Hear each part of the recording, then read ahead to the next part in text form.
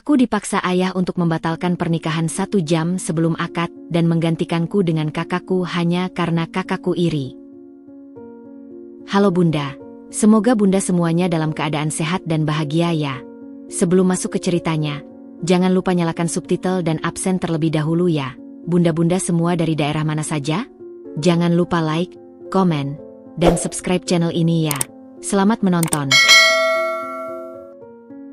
Kupandang bayanganku di cermin panjang berbingkai emas yang berdiri megah di sudut kamar pengantin. Setiap detail gaun pengantinku terpantul sempurna. Renda cantili yang berhiaskan mutiara manik, busur satin di pinggang, dan tren panjang yang membentuk ekor sederhana namun elegan. Rasanya seperti memakai sebuah mimpi. Di atas kepalaku, mahkota mutiara terasa sejuk menyentuh kulit, mengingatkanku bahwa ini semuanya nyata. Hanya 30 menit lagi. 30 menit penantian sebelum aku resmi menyandang status sebagai istri Mas Fikri. Nafasku bergetar halus, campuran antara gugup dan bahagia yang tak terbendung. Di luar, suara gemuruh para tamu undangan sudah mulai terdengar. Musik orkestra yang lembut mengalun melalui dinding, menambah sempurna suasana yang sudah hampir sempurna ini. Dinda, jangan bergerak dulu. Ada lipstik yang sedikit luntur di sudut bibirmu. Suara Kak Nadira menyentak lamunanku. Aku menatapnya melalui bayangan cermin. Ia berdiri di belakangku, mengenakan gaun bridesmaid berwarna blush pink yang kontras dengan gaun putihku. Tangannya yang lentik dengan lihai memperbaiki makeup wajahku. Tapi, ada sesuatu yang berbeda dari caranya memandangiku hari ini. Terima kasih, Kak. Kamu sudah sangat membantuku sejak tadi pagi, ucapku, berusaha menangkap matanya yang terus menghindar. Iya. Memang tugas kakaklah untuk memastikan adiknya tampil sempurna di hari pernikahannya, bukan? Katanya. Suaranya datar, hampir seperti sebuah narasi yang dipaksakan. Senyumnya tipis, tidak sampai ke mata. Matanya yang biasanya hangat dan penuh kasih, kini seperti menyimpan sebuah kerlingan kepuasan yang samar, sebuah emosi yang tidak seharusnya ada di hari seperti ini. Kak, apa kamu baik-baik saja? Tanyaku, berbalik dan memegang tangannya yang dingin. Kamu terlihat tegang. Dia menarik tangannya perlahan. Tegang? Tidak. Aku hanya kagum. Kagum melihat adik bungsuku, yang selalu dianggap paling lemah, paling manja, ternyata bisa mendapatkan pria seperti Mas Fikri. Sebuah pencapaian yang membanggakan. Kata-katanya halus, tapi terasa tajam. Kak Nadira, apa maksudmu? Aku tidak pernah menganggap diriku. Ah, lupakan, potongnya tiba-tiba, memutar pundakku kembali menghadap cermin. Fokus pada penampilanmu. Lihatlah dirimu, Dinda. Seperti putri dongeng yang akan hidup bahagia selamanya. Kau yakin itu? Jantungku berdebar tidak karuan. Tentu saja yakin. Aku mencintai Mas Fikri, dan dia mencintaiku. Itu yang penting. Cinta? Dia mendesah, hampir seperti ejekan. Cinta saja tidak cukup, Dinda. Di dunia nyata, butuh lebih dari itu. Butuh kelayakan. Kelayakan? Kakak bicara apa? Tanyaku, mulai tidak nyaman. Dia membungkuk, mendekatkan bibirnya ke telingaku. Bisikannya seperti desis ular. Kau pikir seorang Fikri dengan segala latar belakang, karir, dan keluarganya yang perfect, cocok dengan seorang Dinda yang polos, yang hidupnya hanya tentang buku dan kafenya yang kecil? Kau pikir itu adil? Bagaimana dengan mereka yang sudah lebih dulu ada di sisinya, yang lebih mengerti dunianya, yang lebih pantas? Aku membeku. Darahku serasa membeku di pembuluh vena. Ini bukan lagi bisikan iri hati. Ini adalah serangan. Kakak mencintai Fikri. Suaraku nyaris tak terdengar. Dia berdiri tegak, menyikat lipatan gaunnya. Wajahnya kembali netral, seperti tidak baru saja melontarkan kata-kata yang bisa menghancurkan segalanya. Aku hanya mengatakan, dalam hidup, tidak semua yang kita inginkan adalah yang kita butuhkan. Dan terkadang, yang paling pantas bukanlah yang pertama dipilih. Nikmati momenmu, Dinda. Siapa tahu ini adalah puncak kebahagiaan terakhirmu. Dia pun berbalik dan berjalan meninggalkanku sendiri di depan cermin. Meninggalkan aku dengan bayanganku yang tadi terlihat sempurna, namun kini terasa rapuh dan dipenuhi oleh pertanyaan dan rasa takut. Kata-katanya menggantung di udara, beracun, meracuni setiap detik yang seharusnya menjadi detik-detik terindah dalam hidupku. Iri, bisik hatiku, kali ini dengan keyakinan yang mengerikan. Ini bukan hayalanku. Dan sesuatu dalam naluriku berkata, badai akan segera datang, dan mahkota di kepalaku ini mungkin tidak akan pernah sampai di pelaminan. Kesunyian di kamar pengantin setelah kepergian Kak Nadira terasa begitu pekat, seolah udara sendiri menebalkan diri, menahan napas bersamaku. Aku masih terduduk di bangku rias, tatapan kosong tertuju pada bayanganku sendiri di cermin. Setiap mutiara di mahkotaku kini terasa seperti pemberat yang menarik kepalaku semakin rendah. Kata-kata Kak Nadira, paling pantas, puncak kebahagiaan terakhir, bergema dalam kepalaku seperti nyanyian jahat yang tak hendak pergi. Aku berusaha mengusirnya, berpegang teguh pada bayangan Mas Fikri di benakku, pada janji-janji manis yang telah kami anyam bersama selama 3 tahun ini. Cukup, bisikku pada diri sendiri, memaksakan senyum kecil pada bibir yang gemetar. Ini hariku. Dia tidak bisa merenggutnya. Tiba-tiba, tanpa ketukan sebelumnya, pintu kamar terbuka dengan suara keras yang memecah kesunyian, seolah ditiup angin badai. Ayahku berdiri di ambang pintu. Namun, ini bukan ayah yang selama ini ku kenal, yang selalu memandangku dengan mata berbinar penuh kebanggaan. Wajahnya bagai dipahat dari batu, kaku dan dingin. Kerutan di dahinya tampak lebih dalam, dan matanya, oh Tuhan, matanya, menatapku dengan sebuah keputusan mengerikan yang telah bulat, namun di baliknya, kulihat sebuah kepedihan yang bergejolak, sebuah konflik batin yang hebat. Dinda, suaranya serak, seolah kata itu saja hampir tak sanggup diucapkannya. Dia tidak masuk, hanya berdiri di sana, menjadi penghalang antara aku dan dunia luar, antara aku dan kebahagiaan yang hanya berjarak beberapa puluh langkah lagi. Yah, sahutku, suaraku lebih kecil dari biasanya, penuh dengan pertanda buruk yang sudah kuduga. Jantungku berdebar kencang, mengetuk-ngetuk tulang rusukku seperti burung yang ingin kabur dari sangkar. Dia menarik napas dalam-dalam, dadanya naik turun dengan berat. Lalu, dengan gerakan yang hampir mekanis, dia melemparkan sebuah bungkusan kecil ke arah tempat tidur di sampingku. Lepaskan itu semua. Pakai ini. Cepat. Mataku beralih ke bungkusan itu. Sebuah dress biasa berwarna krem. Sederhana. Jenis pakaian yang biasa ku kenakan untuk pergi ke kafe. Bukan gaun pengantin yang mewah dan penuh makna. Rasa mual mulai menggedor tenggorokanku. Ayah, apa maksudmu? Tanyaku, bangkit dari kursi, langkahku goyah menghampirinya. Apa yang terjadi? Apakah ada yang terjadi pada Fikri? Apakah dia? Fikri baik-baik saja, potongnya kasar, tapi dia masih menghindari tatapanku yang berusaha menembus dinding dinginnya. Pernikahan ini, untukmu, dibatalkan. Dunia benar-benar berhenti. Suara musik di luar, gumam para tamu, detak jam dinding, semuanya lenyap, disedot oleh kekosongan yang tiba-tiba tercipta di dalam kepalaku. Lututku terasa lemas, dan aku terjatuh, berlutut di atas karpet lembut kamar. Gaun putihku yang indah mengembang di sekelilingku, tiba-tiba terasa seperti kain kafan. Tidak. Rintihku, suara itu seolah bukan milikku sendiri. Tanganku meraih ujung celana ayah, menggenggamnya dengan putus asa. Ayah, tolong, jangan bercanda. Ini tidak lucu. Apa yang kusalahkan? Kenapa?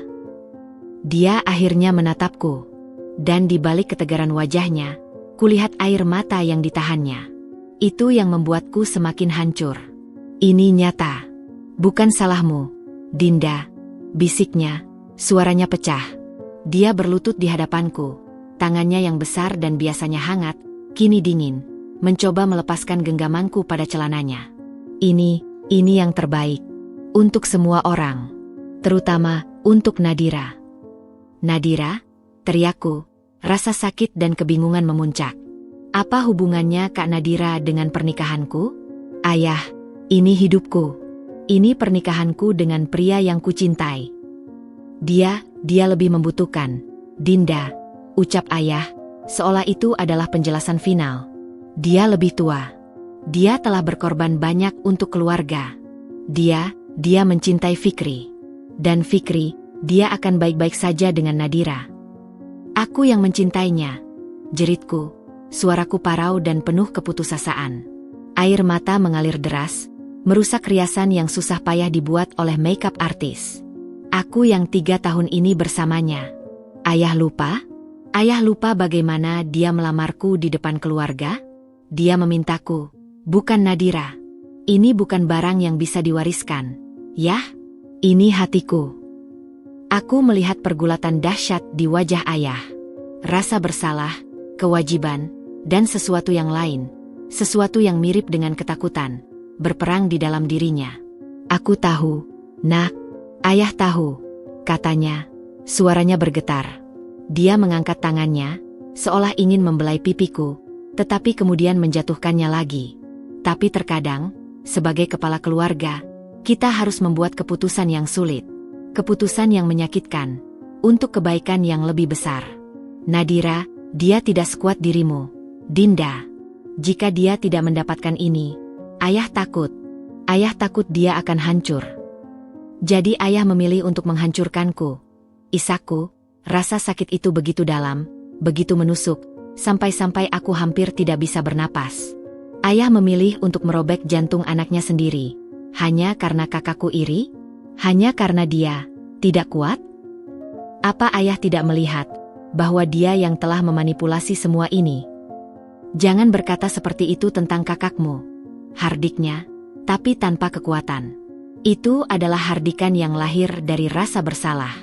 Ini sudah keputusan. Fikri dan keluarganya, mereka telah setuju. Mendengar bahwa Fikri setuju adalah pukulan terakhir. Bagaimana mungkin? Bagaimana mungkin dia setuju? Sekarang, tolong, pinta ayah, berdiri kembali. Wajahnya kembali menjadi topeng batu. Lepaskan gaun itu. Pakai dress ini. Dan tinggallah di sini. Jangan keluar. Nadira. Nadira yang akan menggantikan posisimu. Dia pun berbalik, meninggalkanku yang tersungkur di lantai, terkubur dalam lipatan gaun pengantin yang tak lagi berarti apa-apa. Di kamar yang tadi adalah istana impian, kini berubah menjadi penjara bagiku. Kata-katanya, menggantikan posisimu, bergema di kepalaku, mengukir luka yang ku tahu, tak akan pernah benar-benar sembuh. Aku tersungkur di atas karpet lembut kamar pengantin, tubuhku gemetar tak terkendali. Gaun putih itu, yang tadi terasa seperti sayap malaikat, kini membelitku bagai kain kafan. Air mata mengalir deras, menodai renda halus di bagian dada. Setiap hela nafas terasa seperti menusuk paru-paru. Ini tidak benar, ini tidak mungkin terjadi. Bisikku berulang-ulang, berusaha meyakinkan diri bahwa ini hanyalah mimpi buruk yang paling mengerikan. Suara dari balik pintu, langkah kaki yang lalu lalang, bisikan-bisikan panik, dan yang paling menyiksa, suara imam yang mulai memimpin doa, semuanya membuktikan bahwa ini nyata. Dunia di luar sana terus berputar, siap untuk menyaksikan sebuah pernikahan, sementara duniamu sendiri baru saja dihancurkan. Tiba-tiba, pintu kamar terbuka lagi. Kali ini, 2 orang paman dan tanteku masuk dengan wajah-wajah muram. "Ayo, Dinda," kata Paman Rudi dengan suara datar, menghampiriku. Tangannya yang kasar menarik lenganku dengan paksa. "Kamu tidak bisa terus di sini. Tolong," isakku, mencoba melawan dengan sisa kekuatan yang ada. "Biarkan aku bertemu Fikri. Aku harus bicara dengannya." "Sudah terlambat, Dinda," sahut Tante Sari sambil menghela nafas, matanya juga memerah. "Semuanya sudah diputuskan. Ayahmu yang bilang, lebih baik kamu nurut saja." Mereka mengangkatku, satu memegangi setiap lengan, dan membawaku keluar dari kamar pengantin. Aku diseret menyusuri koridor belakang yang sepi, jauh dari keramaian tamu. Setiap langkah menjauh dari ruang akad terasa seperti menyaksikan nyawa sendiri perlahan pergi. Aku melihat sekilas ke arah ruang utama. Di sana, di depan cermin yang sama yang tadi kugunakan, berdiri Kak Nadira. Dia sudah tidak mengenakan gaun bridesmaid-nya yang berwarna blush pink. Sebaliknya, para perias dan penata busana sibuk mengerumuninya. Dengan efisiensi yang mengerikan, mereka melucuti gaun pengantinku yang kedua, gaun cadangan yang seharusnya kugunakan untuk sesi foto, dan mengenakannya pada tubuh Kak Nadira. Gaun itu sedikit longgar di beberapa bagian, tapi dengan cepat disematkan. Seorang penata rias dengan cepat menghapus riasan bridesmaid-nya dan mulai merias wajahnya dengan pola yang hampir persis seperti riasanku tadi. Aku terpana, tidak bisa memalingkan muka. Ini seperti menyaksikan sebuah pemakaman, di mana mayat yang akan dikubur adalah diriku sendiri. Lihatlah, bisikku pada Paman Rudi, suaraku parau. Lihatlah apa yang mereka lakukan. Diam, Dinda. Ini untuk kebaikan keluarga, jawabnya kasar, tapi aku bisa merasakan genggamannya sedikit melonggar, seolah dia sendiri tidak yakin dengan apa yang dilakukannya. Kami sampai di sebuah ruang kecil yang biasanya digunakan untuk menyimpan perlengkapan pesta. Ruangan itu pengap dan gelap, hanya diterangi oleh satu lampu neon yang berkedip-kedip. Mereka mendudukanku di sebuah kursi kayu yang keras. Tunggu di sini. Jangan keluar, perintah Paman Rudi sebelum mengunci pintu dari luar. Tapi, sebelum pintu benar-benar tertutup, aku melihatnya. Melalui celah kecil itu, mataku bertemu dengan mata Kak Nadira di seberang koridor. Dia sedang berdiri tegak, membiarkan orang-orang mendandaninya.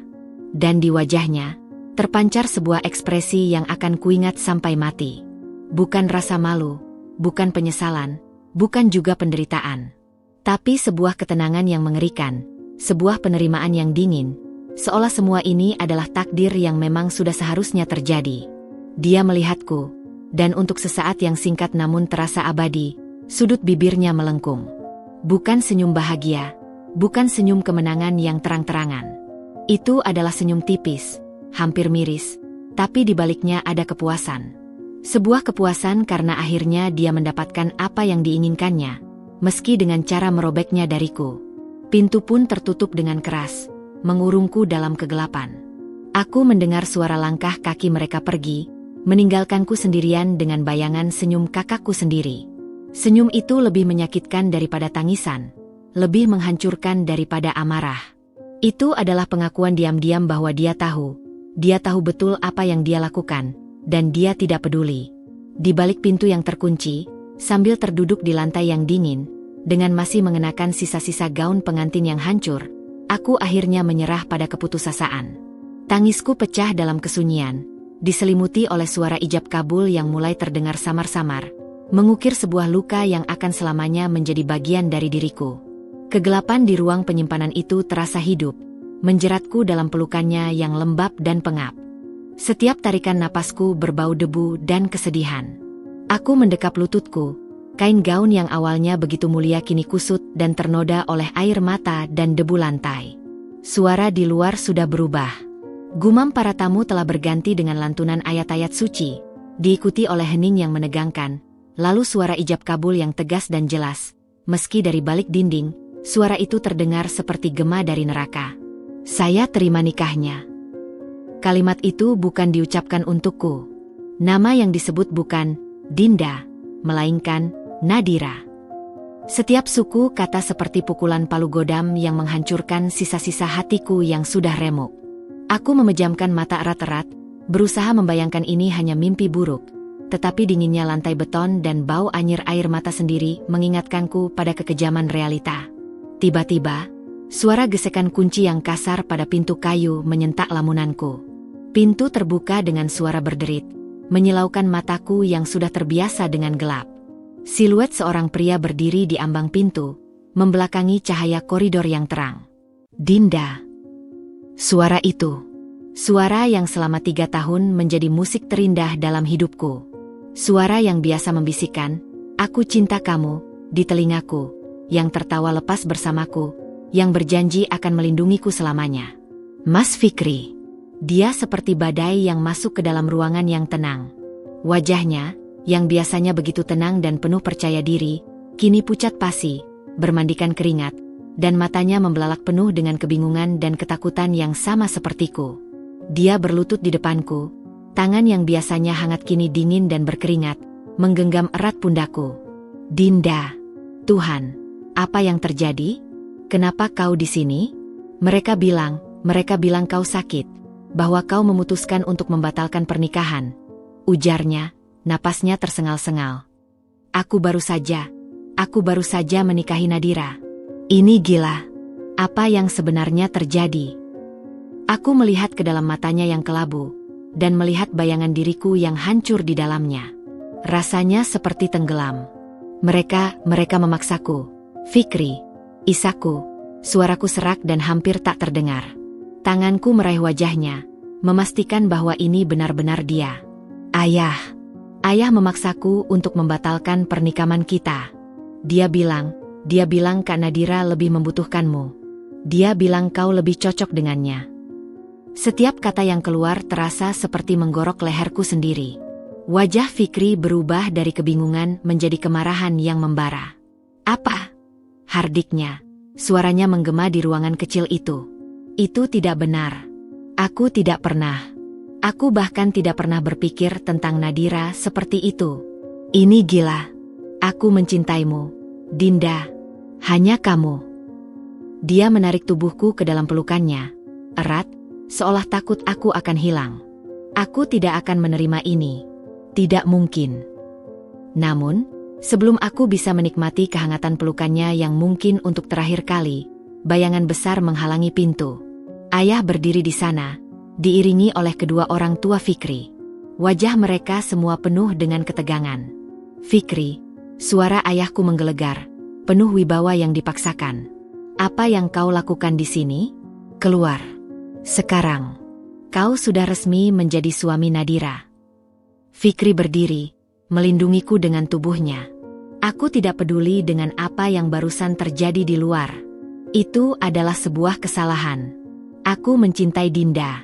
Aku akan membatalkan pernikahan bodoh ini.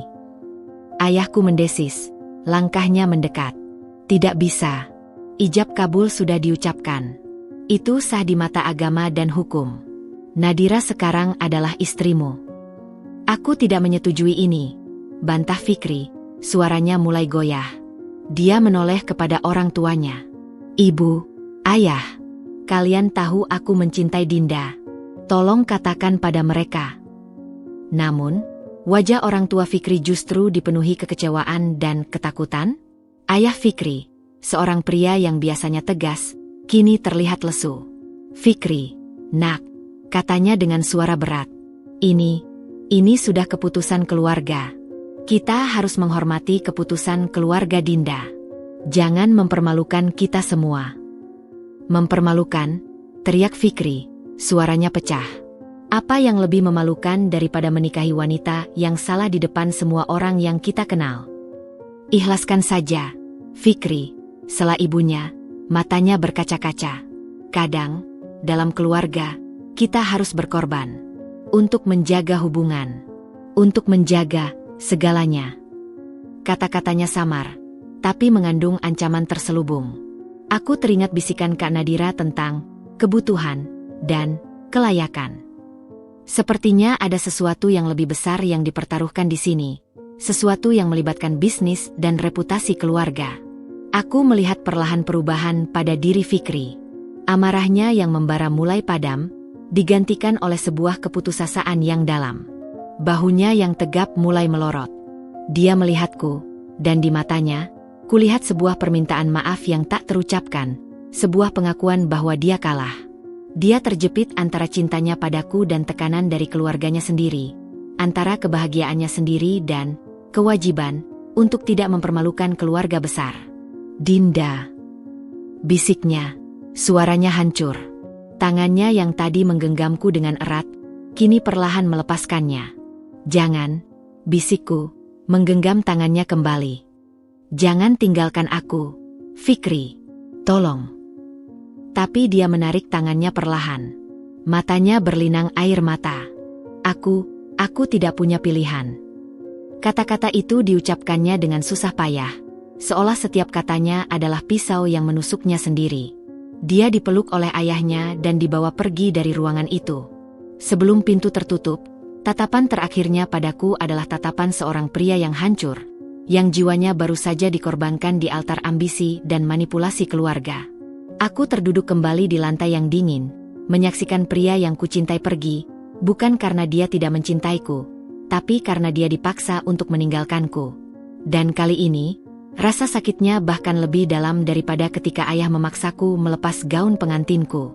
Karena kali ini, aku menyaksikan langsung cinta kami dikubur hidup-hidup. Pintu ruang penyimpanan itu tertutup kembali, mengunci aku dalam kesendirian yang lebih pekat dari sebelumnya. Suara langkah kaki Fikri yang menjauh bergema di koridor. Setiap hentakannya seperti palu yang memaku peti mati harapanku. Aku tidak bisa lagi berdiri. Tubuhku lunglai, merosot di lantai yang dingin. Gaun putihku yang megah sekarang hanya menjadi onggokan kain kusut yang menyerap debu dan keputusasaan. Dari balik dinding, suara acara pernikahan terus mengalir, bagaikan arus sungai yang mengalir deras sementara aku tenggelam di tepiannya. Aku merangkak mendekati dinding yang memisahkanku dari ruang utama. Dengan menempelkan telinga pada dinding yang dingin, aku bisa mendengar segalanya dengan jelas, bagaikan sebuah siaran langsung dari neraka pribadiku. Selamat kepada kedua mempelai, Mas Fikri dan Mbak Nadira. Seru pembawa acara dengan suara riang yang terdengar dipaksakan, diikuti oleh tepuk tangan yang riuh. Namun kurasakan ada keraguan dan keheranan di baliknya.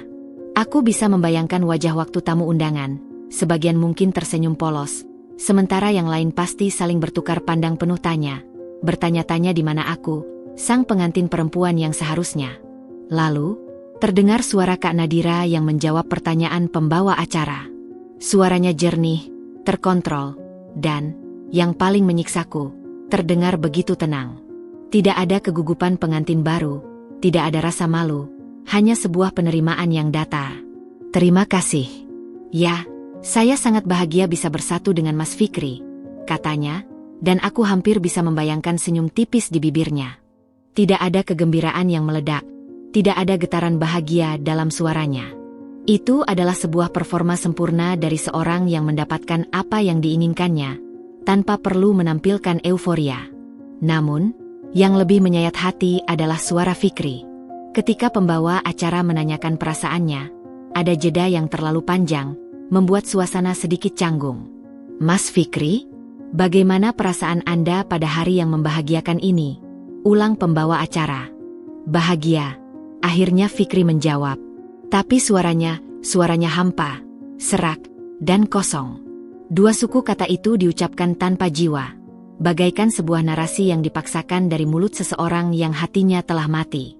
Tidak ada energi, tidak ada cahaya, tidak ada cinta. Hanya kepatuhan yang pahit dan keputusasaan yang dalam.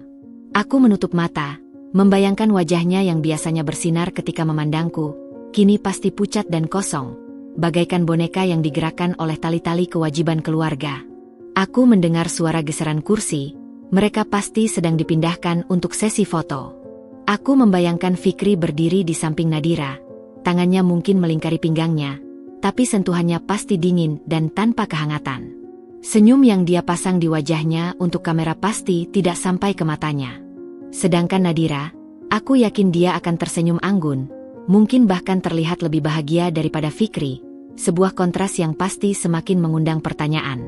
Tamu-tamu mulai bergerak, mungkin untuk bersalam-salaman atau menikmati hidangan. Suara obrolan dan tawa semakin keras, namun bagiku, semua suara itu hanyalah noise yang menutupi jeritan hatiku sendiri. Aku merasakan sebuah ironi yang pahit. Di satu sisi, ada pesta yang penuh dengan tawa dan musik. Di sisi lain, di balik sebuah dinding tipis, ada seorang perempuan yang dunianya baru saja runtuh, meratapi cintanya yang dikubur hidup-hidup. Aku menarik napas dalam-dalam, mencoba menenangkan diri, tapi yang kuhirup adalah udara pengap yang penuh dengan debu dan kesedihan.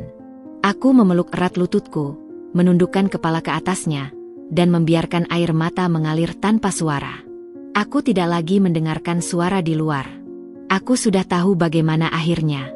Aku telah menyaksikan, meski hanya melalui suara, bagaimana cinta sejatiku dipaksa untuk bersumpah pada wanita lain. Aku telah mendengar bagaimana suara pria yang kucintai direnggut kebahagiaannya.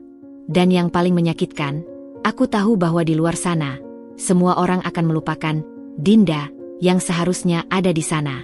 Aku adalah pengantin yang terlupakan, sebuah catatan kaki yang terhapus dalam sejarah pernikahan sendiri. Dan di dalam kegelapan ruang penyimpanan itu, bersama dengan bayangan senyum kakakku dan kepasrahan pahit calon suamiku, aku bersumpah pada diri sendiri bahwa luka ini tidak akan pernah benar-benar sembuh. Hari ini, sebuah bagian dari diriku telah mati, dan upacaranya baru saja berlangsung di seberang dinding. Hari-hari setelah pernikahan itu adalah sebuah kabut yang pekat dan menyiksa. Aku dikurung di dalam kamarku sendiri, bagaikan seorang tahanan rumah. Setiap jendela seolah memiliki terali yang tak terlihat. Setiap suara langkah di luar pintu adalah pengingat akan penjaga yang berjaga. Makanan didorong masuk dengan diam-diam oleh pembantu, yang selalu menghindari kontak mata. Ayah tidak pernah menemuiku, mungkin karena tidak sanggup menghadapi kehancuran di mataku. Ibuku telah lama tiada, dan kepergiannya saat ini terasa lebih menyiksa dari sebelumnya. Aku sendirian, tenggelam dalam kenangan pahit tentang suara ijab kabul dan senyum kepuasan Kak Nadira. Pikiran-pikiran gelap mengunjungiku. Apakah hidup masih berarti setelah segalanya direnggut dengan begitu kejam? Namun, di tengah keputusasaan yang paling dalam itu, sebuah kenangan akan Mas Fikri muncul. Bukan Fikri yang kalah dan pasrah, tapi Fikri yang 3 tahun lalu, dengan mata berbinar, berjanji akan melindungiku selamanya. Aku akan selalu menemukan caranya, Dinda, bisiknya suatu kali, ketika kami menghadapi masalah kecil. Janji itu, meski samar, menjadi satu-satunya cahaya di kegelapanku. 5 hari setelah pernikahan itu, pada suatu malam yang sunyi ketika bulan sabit bersembunyi di balik awan, aku mendengar suara kerikil kecil mengetuk kaca jendelaku. Jantungku berdebar kencang. Aku merangkak mendekati jendela, dan dengan hati-hati mengintip ke bawah. Di sana, berdiri di balik bayangan pohon beringin, adalah sosok yang sangat kukenal. Fikri, bisikku. Suaraku serak karena tidak terpakai dan tangisan. Dinda, kau baik-baik saja? Suaranya berbisik khawatir, matanya menatapku penuh kecemasan. Aku masih hidup, jawabku. Air mata sudah mulai menggenang lagi. Kau? Bagaimana dengan istrimu? Kata, istrimu. Itu terasa seperti racun di lidah. Wajahnya mengeras. Jangan sebut dia seperti itu. Itu bukan pernikahan, Dinda. Itu adalah pemaksaan. Aku tidak akan pernah menerimanya. Dia melihat sekeliling dengan waspada. Dengarkan, kita tidak punya banyak waktu. Aku punya rencana. Rencana? Hatiku berdebar penuh harapan yang tertahan. Iya, aku tidak bisa tinggal di sini. Tidak setelah apa yang mereka lakukan padamu, pada kita. Suaranya tegas, penuh dengan tekad yang selama ini kulewat. Aku sudah hubungi temanku di Singapura. Dia punya perusahaan di sana dan butuh orang di divisi keuangan. Aku sudah diterima. Aku akan pergi minggu depan. Kau akan pergi? Tanyaku, rasa takut yang baru menyergap. Apakah dia akan meninggalkanku sendirian? Dinda, aku tidak akan pergi tanpamu, bisiknya, matanya membakar. Aku akan membawamu bersamaku. Kita akan lari dari sini. Kita akan mulai dari awal, berdua.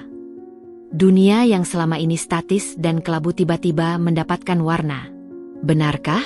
Tapi, bagaimana caranya? Ayahku, keluargamu, mereka akan menghadang kita.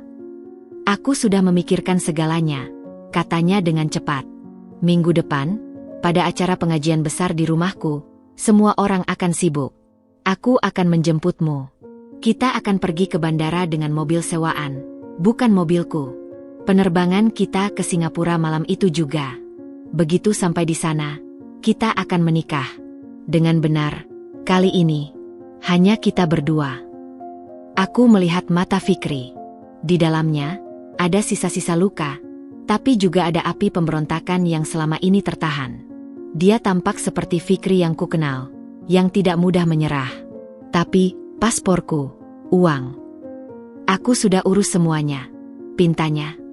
Paspormu masih berlaku, kan? Aku akan membawakan uang dan tiket.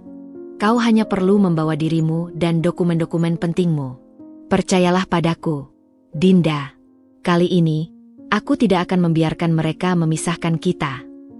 Aku memandangnya, pria yang bersedia mengambil risiko besar untukku.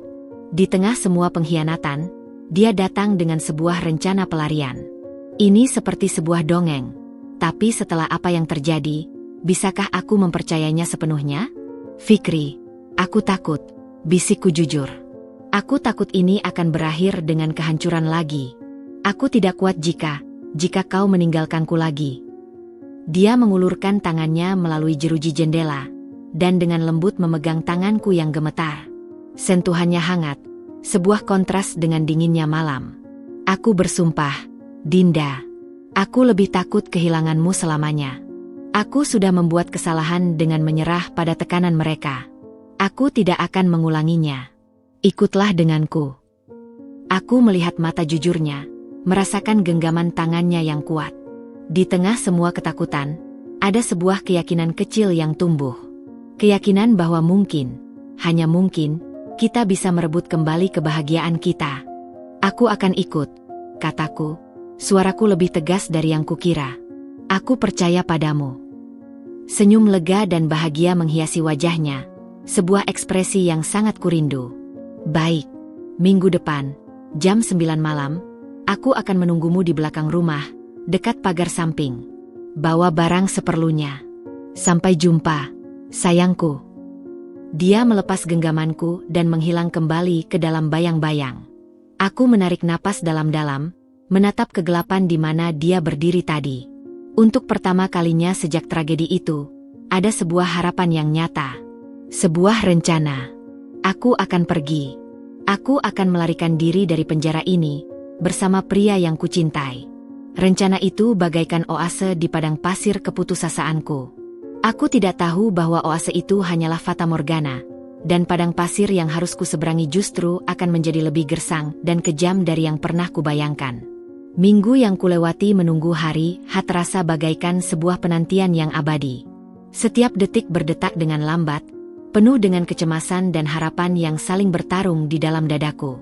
Aku berusaha tampak normal di depan ayah dan para pembantu, menghabiskan hari-hari dengan membaca di kamar atau berjalan-jalan singkat di taman, seolah-olah aku perlahan-lahan menerima takdirku. Namun, di balik ketenangan itu, jiwaku bergejolak. Aku diam-diam menyiapkan sebuah tas kecil berisi pakaian sederhana, paspor, ijazah, dan beberapa foto kenangan bersama ibuku, barang-barang yang tidak bisa kutinggalkan. Tas itu kusembunyikan di balik lemari pakaian, dibalut oleh selimut tua, siap untuk diambil pada malam yang ditentukan. Ayah, yang selama ini menghindariku, tiba-tiba mulai bersikap lebih hangat. Dia mengajakku makan malam, menanyakan kabarku, dan matanya yang biasanya penuh rasa bersalah, kini seolah memancarkan sebuah penyesalan yang lebih dalam. Aku, yang butuh akan kasih sayang, sedikit terbuka padanya. Dalam sebuah percakapan, tanpa sengaja, hampir saja aku menyebut tentang kepergian. Aku segera menghentikan ucapan, tapi melihat tatapannya yang sedikit berubah, menjadi lebih waspada. Dinda, kau tahu ayah menyayangimu, bukan? Katanya suatu sore, sambil menyeruput tehnya. Apapun yang ayah lakukan, itu untuk kebaikanmu. Aku hanya mengangguk, tidak percaya lagi pada kata-katanya. Tapi aku tidak menyadari bahwa kewaspadaannya telah bangkit. Kakak Nadira, yang seharusnya sudah pindah ke rumah keluarga Fikri, ternyata masih sering berkunjung. Aku melihatnya beberapa kali berbisik-bisik dengan ayah di ruang kerja. Suatu kali, aku melewati kamar mandi dan mendengar suaranya yang rendah dari balik pintu yang terbuka sedikit. Aku yakin mereka berencana untuk bertemu. Yah, Fikri, dia sangat dingin padaku. Seperti dia punya rencana lain. Ayah menjawab dengan suara berat, kau jangan paranoid, Nadira. Fikri sudah menjadi suamimu. Terimalah itu. Tapi Nadira tidak menyerah. Ayah, kau tidak melihat caranya memandangku. Tidak ada cinta di matanya. Aku takut dia akan meninggalkanku. Untuk Dinda. Mendengar namaku disebut, aku membeku di tempat, mendengarkan dengan jantung berdebar kencang. Dinda sudah menerima takdirnya, bantah ayah, tapi suaranya tidak yakin. Apakah iya? Aku tidak percaya dia akan menyerah begitu saja. Ayah, tolong, awasi dia. Untuk kebaikan kita semua. Jika Fikri pergi, reputasi keluarga kita, hubungan bisnis ayah dengan keluarga Fikri, semuanya akan hancur. Aku menarik napas dalam-dalam. Jadi, itulah yang sebenarnya. Bukan tentang kebahagiaan Nadira, tapi tentang reputasi dan bisnis. Aku segera meninggalkan tempat itu sebelum ketahuan. Rasa takut mulai mencekam. Malam yang ditunggu-tunggu akhirnya tiba. Aku duduk di kamarku. Tas kecil sudah siap di sampingku. Jam menunjukkan pukul 8:45. 15 menit lagi. Jantungku berdebar kencang, campuran antara ketakutan dan antisipasi. Aku mendengar suara mobil-mobil datang ke rumah Fikri yang letaknya tidak jauh. Tanda acara pengajian sudah dimulai. Semuanya berjalan sesuai rencana. Tiba-tiba, ada ketukan di pintu. Kaku. Aku menyembunyikan tas dengan cepat di balik selimut. "Siapa?" panggilku, berusaha tenang. "Dinda, boleh ayah masuk?" Suara ayah dari balik pintu. "Boleh, ya." Dia masuk. Wajahnya muram. Di belakangnya, berdiri Kak Nadira dengan ekspresi yang hampir tidak bisa disembunyikan, campuran antara kemenangan dan kecemasan. "Dinda," ayah mulai, suaranya tegas. "Kemana kau rencanakan akan pergi malam ini?" Darahku membeku. Apa? Aku tidak akan pergi kemana-mana. Yah. Jangan berbohong padaku, hardiknya, dan untuk pertama kalinya, aku melihat kemarahan sejati di matanya. "Nadira sudah mendengar segalanya. Rencana pelarianmu dengan Fikri. Kau pikir kau bisa mempermalukan keluarga kita untuk kedua kalinya?" Aku menatap Nadira dengan rasa sakit yang mendalam. Kau menyadap kami." Dia tidak menjawab, hanya menundukkan kepala. Tapi senyum tipis itu masih ada di bibirnya. "Ayah, tolong, pinta, berlutut. Ini hidupku. Biarkan aku pergi. Aku mencintainya." "Tidak mungkin," teriak ayah. "Aku tidak akan membiarkanmu menghancurkan segalanya. Pernikahan Nadira dan Fikri harus bertahan. Untuk nama baik keluarga. Untuk masa depan kita semua." Dia mengambil tas kecilku dari balik selimut. "Jadi ini dia. Kau benar-benar berencana untuk kabur." Saat itu juga, telepon ayah berdering. Dia mengangkatnya, wajahnya semakin suram. "Iya, saya mengerti. Lakukan saja." Dia menutup telepon dan menatapku. Fikri sudah ditahan oleh orang tuanya di rumah. Mereka mengancam akan memutus semua hubungan dan dukungan finansial jika dia berusaha menemuimu atau melarikan diri. Dia terpaksa menyerah. Lagi. Pukulan itu lebih menyakitkan dari yang pertama. Rencana kami hancur. Fikri sekali lagi dipojokkan, dan kali ini, dia benar-benar tidak punya jalan keluar. Ayah melemparkan pandangan terakhir padaku. "Lupakan Fikri, Dinda. Hidupmu harus berjalan tanpa dia." Mereka pergi, meninggalkanku sendirian di kamar, dengan rencana yang sudah hancur berantakan dan hati yang untuk kedua kalinya diinjak-injak. Aku menatap teleponku, berharap Fikri menelepon, berharap ada kabar. Tapi tidak ada. Hanya kesunyian. Pengkhianatan kedua ini terasa lebih pahit, karena kali ini, harapanku sempat tumbuh, hanya untuk dipotong begitu saja oleh kakakku sendiri dan ayah yang lebih mementingkan reputasi daripada kebahagiaan anaknya. Aku terjatuh di lantai, meratapi nasibku, menyadari bahwa aku mungkin memang terkutuk untuk tidak pernah bahagia. Bulan-bulan setelah rencana pelarian yang gagal itu adalah periode mati rasa. Aku berjalan di sekitar rumah seperti arwah penasaran, menyelesaikan rutinitas harian tanpa jiwa. Ayah berusaha mendekatiku, mungkin diliputi rasa bersalah setelah melihat kehancuranku yang begitu dalam. Tetapi setiap kali dia mencoba mengajakku bicara atau sekadar menawarkan makanan, aku hanya membalikkan badan. Kata-kata telah menjadi barang mewah antara kami. Kak Nadira telah resmi pindah ke rumah Fikri, dan kepergiannya setidaknya memberikan sedikit kelegaan dari tatapan sinisnya yang terus-menerus. Namun, ketenangan yang pahit itu tidak bertahan lama. Aku mulai mendengarnya. Dari balik pintu ruang kerjanya yang terbuka, dari obrolan teleponnya yang terdengar semakin keras dan tegang. "Tidak, katakan pada mereka bahwa pembayarannya akan tertunda." Aku tahu, tapi situasinya, ya, aku tahu hubungannya. Suatu sore, aku melewati ruang kerjanya dan melihatnya duduk di belakang meja, kepalanya tertunduk dalam genggaman tangannya. Dokumen-dokumen berantakan di mana-mana. Dia terlihat 10 tahun lebih tua. "Ayah, ada apa?" tanyaku tanpa semangat, meski sebenarnya sedikit rasa ingin tahu, atau mungkin bahkan sedikit kepuasan, mulai menyelinap di hatiku yang beku. Dia mengangkat kepalanya, matanya merah. "Tidak ada yang perlu kau khawatirkan, Dinda. Urusan bisnis." Tapi aku tahu. Bisnisnya yang selama ini dibanggakan, yang menjadi alasan dia mengorbankan kebahagiaanku, mulai goyah. Keesokan harinya, saat aku sedang duduk di taman, seorang paman datang dengan wajah cemas. Aku pura-pura membaca, tapi telingaku menyaring percakapan mereka.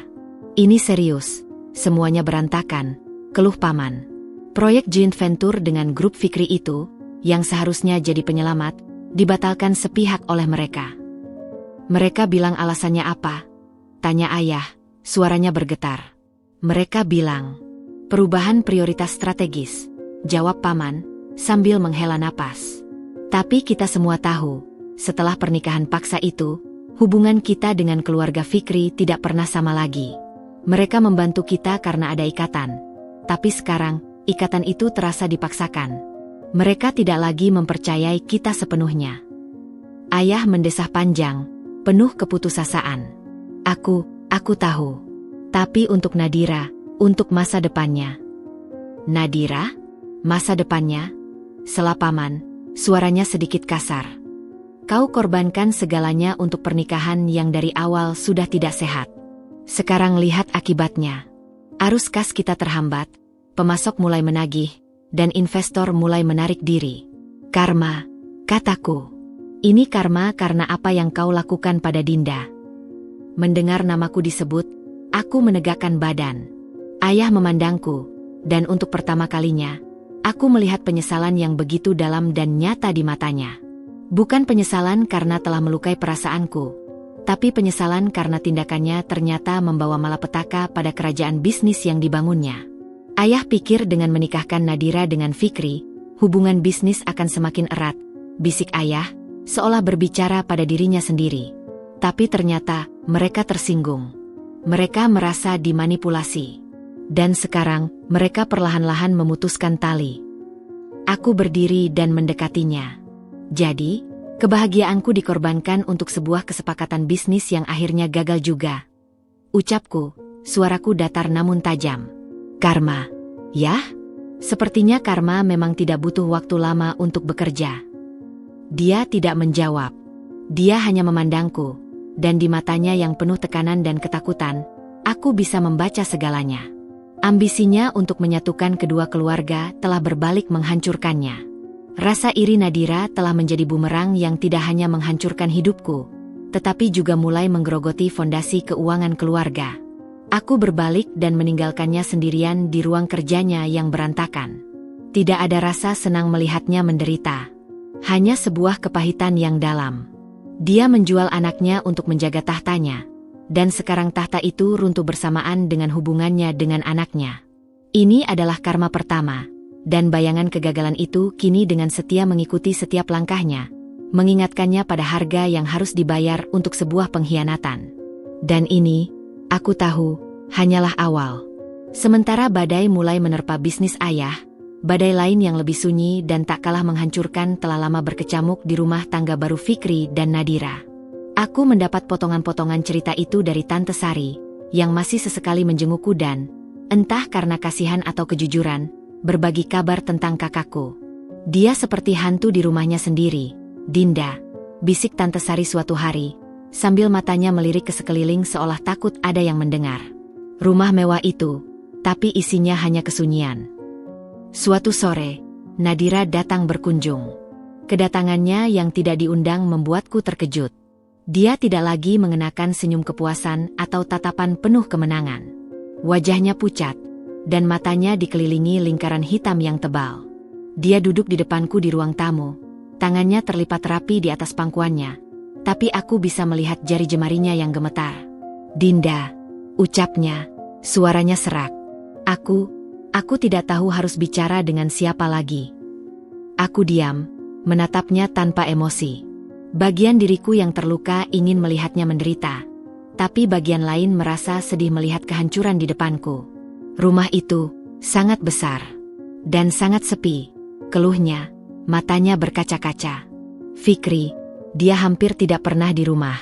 Dan ketika dia ada, dia seperti dinding es. Dia tidak berbicara, tidak menatapku, bahkan tidak menyentuhku. Suaranya pecah. Aku tidur di kamar yang berbeda.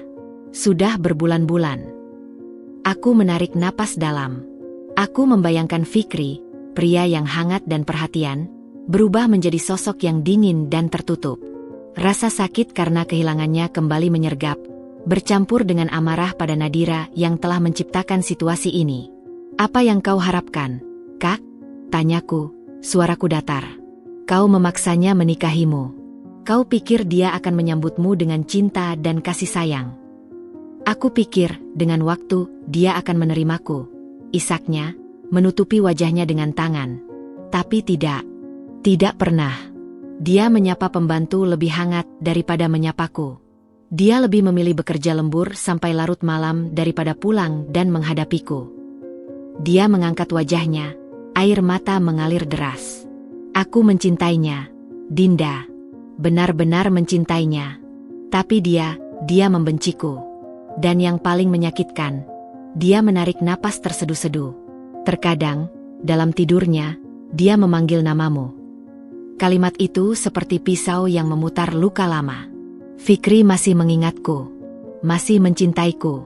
Tapi pengetahuan itu tidak membawa kebahagiaan, hanya menambah kepedihan untuk kita bertiga. "Aku tidak bisa meninggalkannya," lanjut Nadira, putus asa. "Reputasiku, reputasi keluarga. Tapi tinggal bersamanya adalah siksaan setiap hari.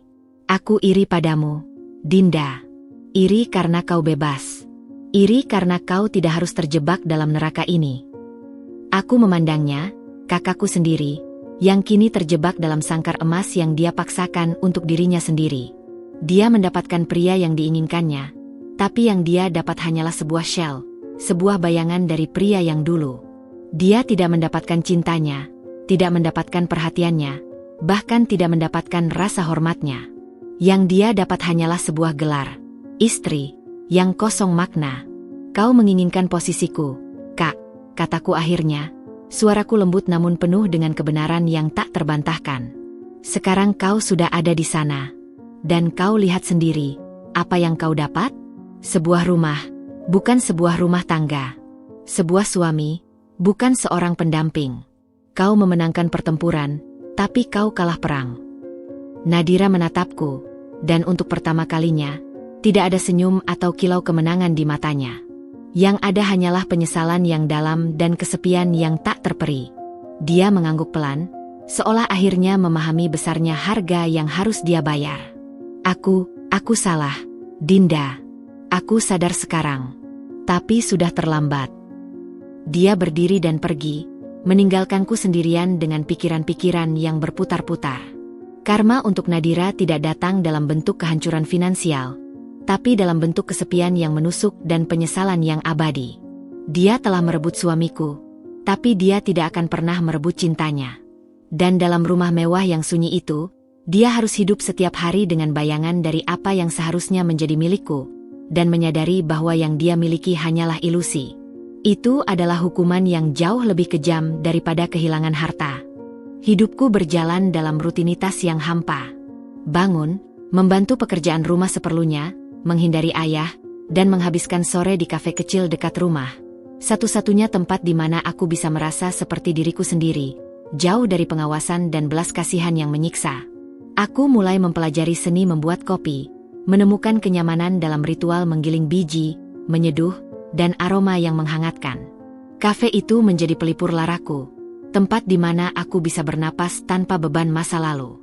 Suatu Selasa pagi yang biasa-biasa saja, ketika aku sedang membersihkan teras rumah, sebuah mobil sedan hitam yang sederhana berhenti di depan pagar. Seorang pria parubaya dengan kemeja putih rapi dan membawa sebuah tas kulit turun dari mobil. Dia tampak serius dan berwibawa. "Selamat pagi. Saya mencari Ibu Dinda," ucapnya dengan sopan. "Aku Dinda.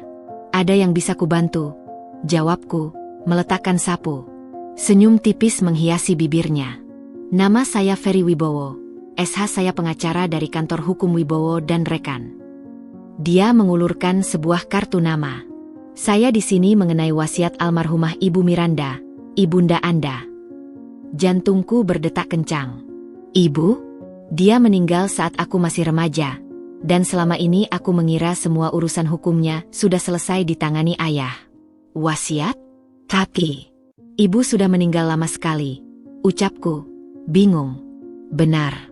Namun, ada wasiat terpisah yang Ibu Miranda titipkan pada kantor kami, dengan perintah untuk menyerahkannya kepada Anda secara pribadi ketika Anda berusia 25 tahun, atau dalam keadaan darurat tertentu.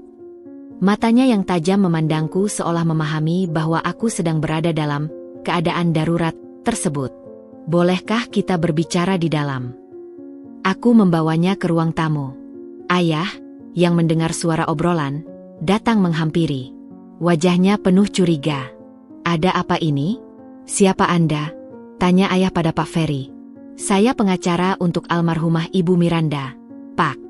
Saya di sini untuk membicarakan wasiat beliau untuk putri Anda, Dinda.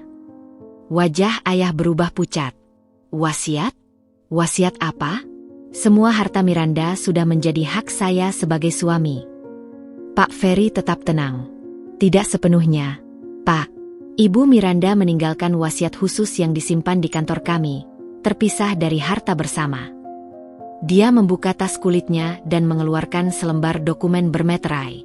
Wasiat ini menyatakan bahwa sebuah rumah tinggal di Jalan Merdeka nomor 10 dan dana tunai sebesar 3 miliar rupiah diwariskan secara langsung dan penuh kepada putri kandungnya, Dinda, untuk diambil alih kepemilikannya ketika ia berusia 25 tahun, atau lebih awal jika saya, sebagai penjaga wasiat, menilai ada keadaan yang membahayakan kesejahteraan atau kebahagiaannya. Dunia seakan berhenti. Aku menatap dokumen itu, tidak percaya. Ibu, dia telah merencanakan ini. Dia tahu. Dia tahu karakter ayah dan mungkin bahkan menduga sesuatu seperti ini bisa terjadi. Tidak mungkin, bentak ayah, bangkit dari kursinya. Itu uang dari keluarga kami. Rumah itu harusnya milikku. Maaf, Pak, kata Pak Ferry dengan tegas. Rumah tersebut adalah harta bawaan Ibu Miranda sebelum menikah, dan dana tersebut berasal dari deposito terpisah yang juga atas nama beliau sendiri.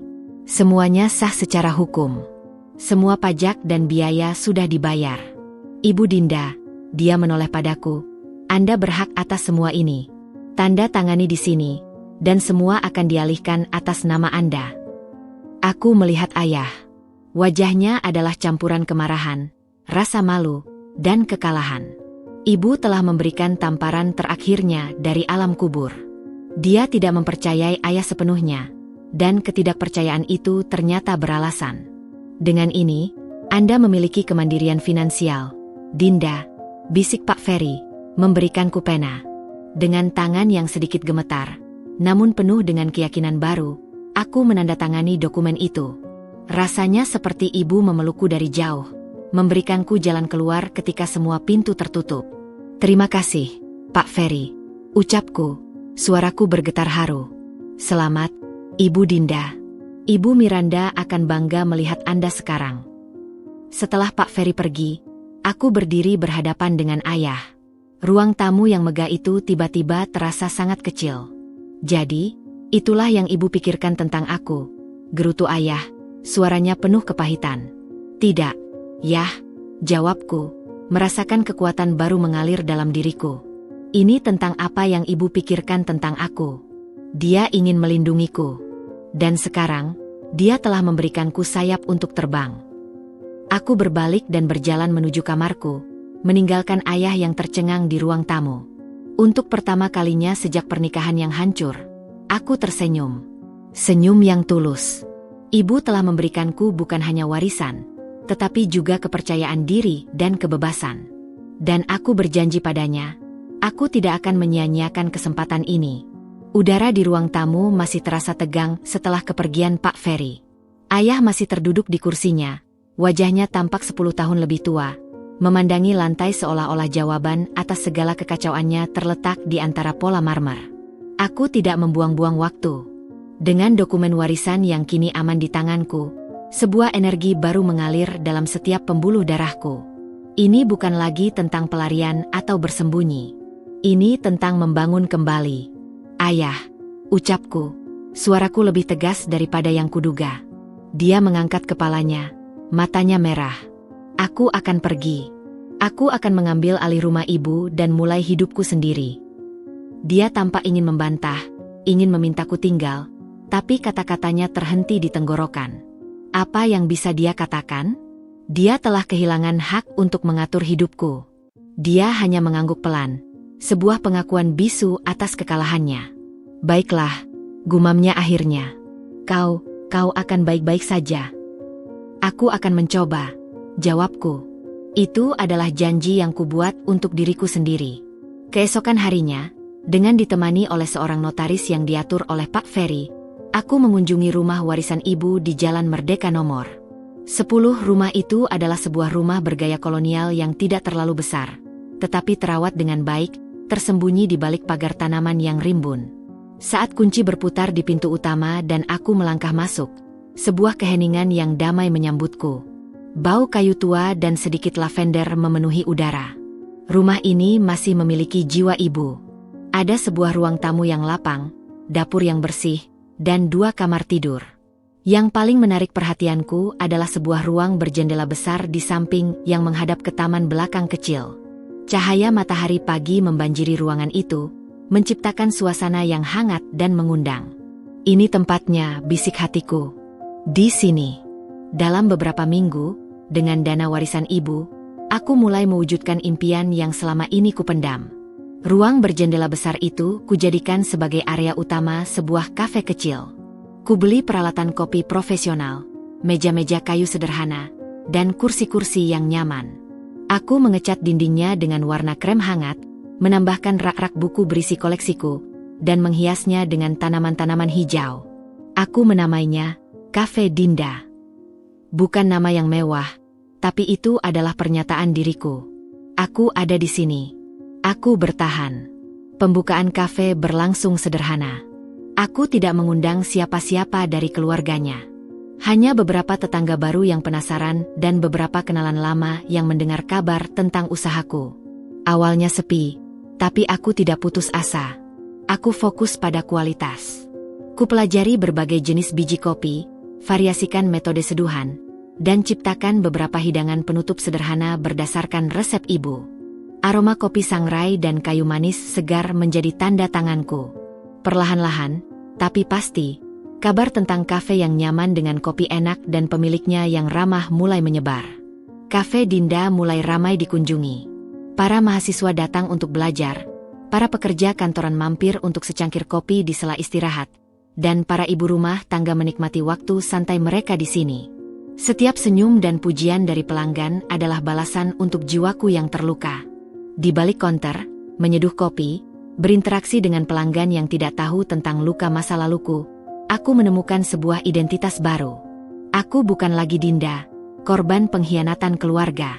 Aku adalah Dinda, pemilik Cafe Dinda, seorang wanita yang mandiri dan berusaha bangkit. Suatu sore, saat aku sedang membersihkan mesin espresso, seorang pelanggan tetap, seorang wanita parubaya bernama Bu Sari, berkata padaku, "Tempat ini sangat menenangkan, Dinda.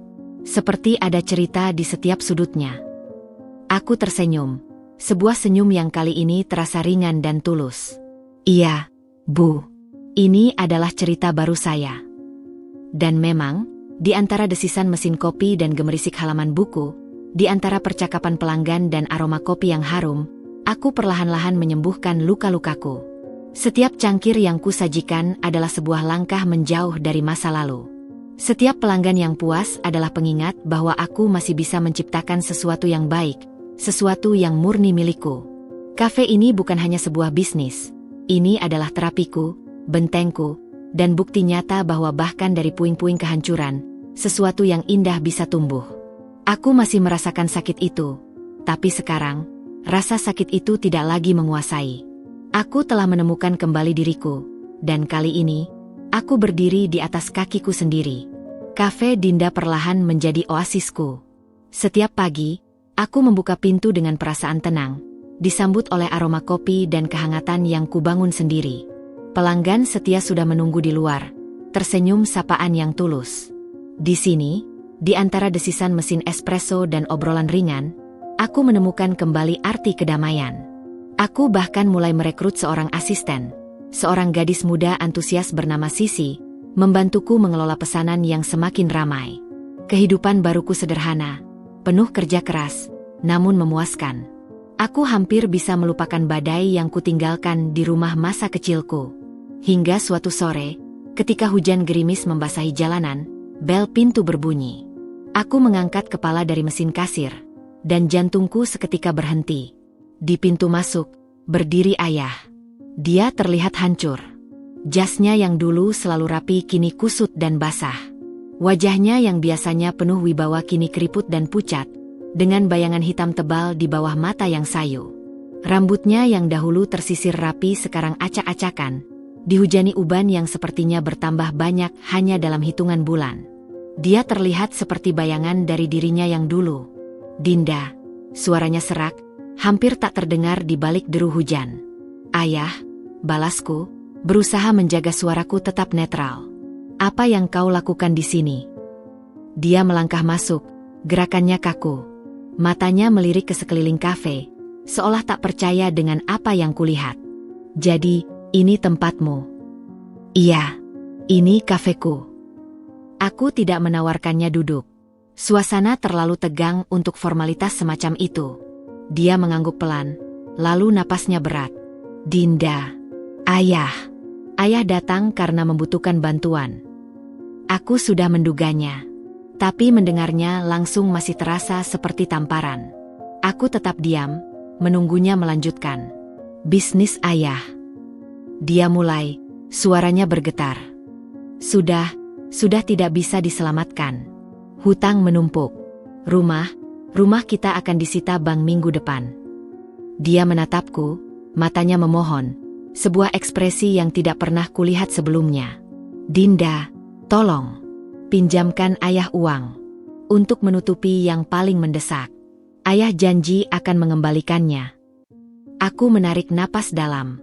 Gambaran rumah masa kecilku, tempat aku tumbuh besar bersama ibu, tempat semua kenangan manis dan pahit itu terbentuk, akan hilang. Tapi kemudian, gambaran lain muncul. Gambaran diriku yang tersungkur di lantai kamar pengantin, gaun putihku yang ternoda air mata. Gambaran ayah yang dengan tegas memerintahkanku melepas mimpi itu. "Ayah ingat apa yang ayah katakan padaku di hari pernikahanku?" Tanyaku, suaraku rendah namun jelas. Ayah bilang, "Terkadang, sebagai kepala keluarga, kita harus membuat keputusan yang sulit. Keputusan yang menyakitkan, untuk kebaikan yang lebih besar." Wajah ayah berkerut, tersiksa. "Dinda, jangan." Ayah memutuskan untuk menyakiti dan menghancurkan hati anak sendiri. Untuk kebaikan keluarga, katanya. Untuk bisnis. Untuk hubungan dengan keluarga Fikri. Aku melangkah mendekat, merasakan sakit lama yang membara.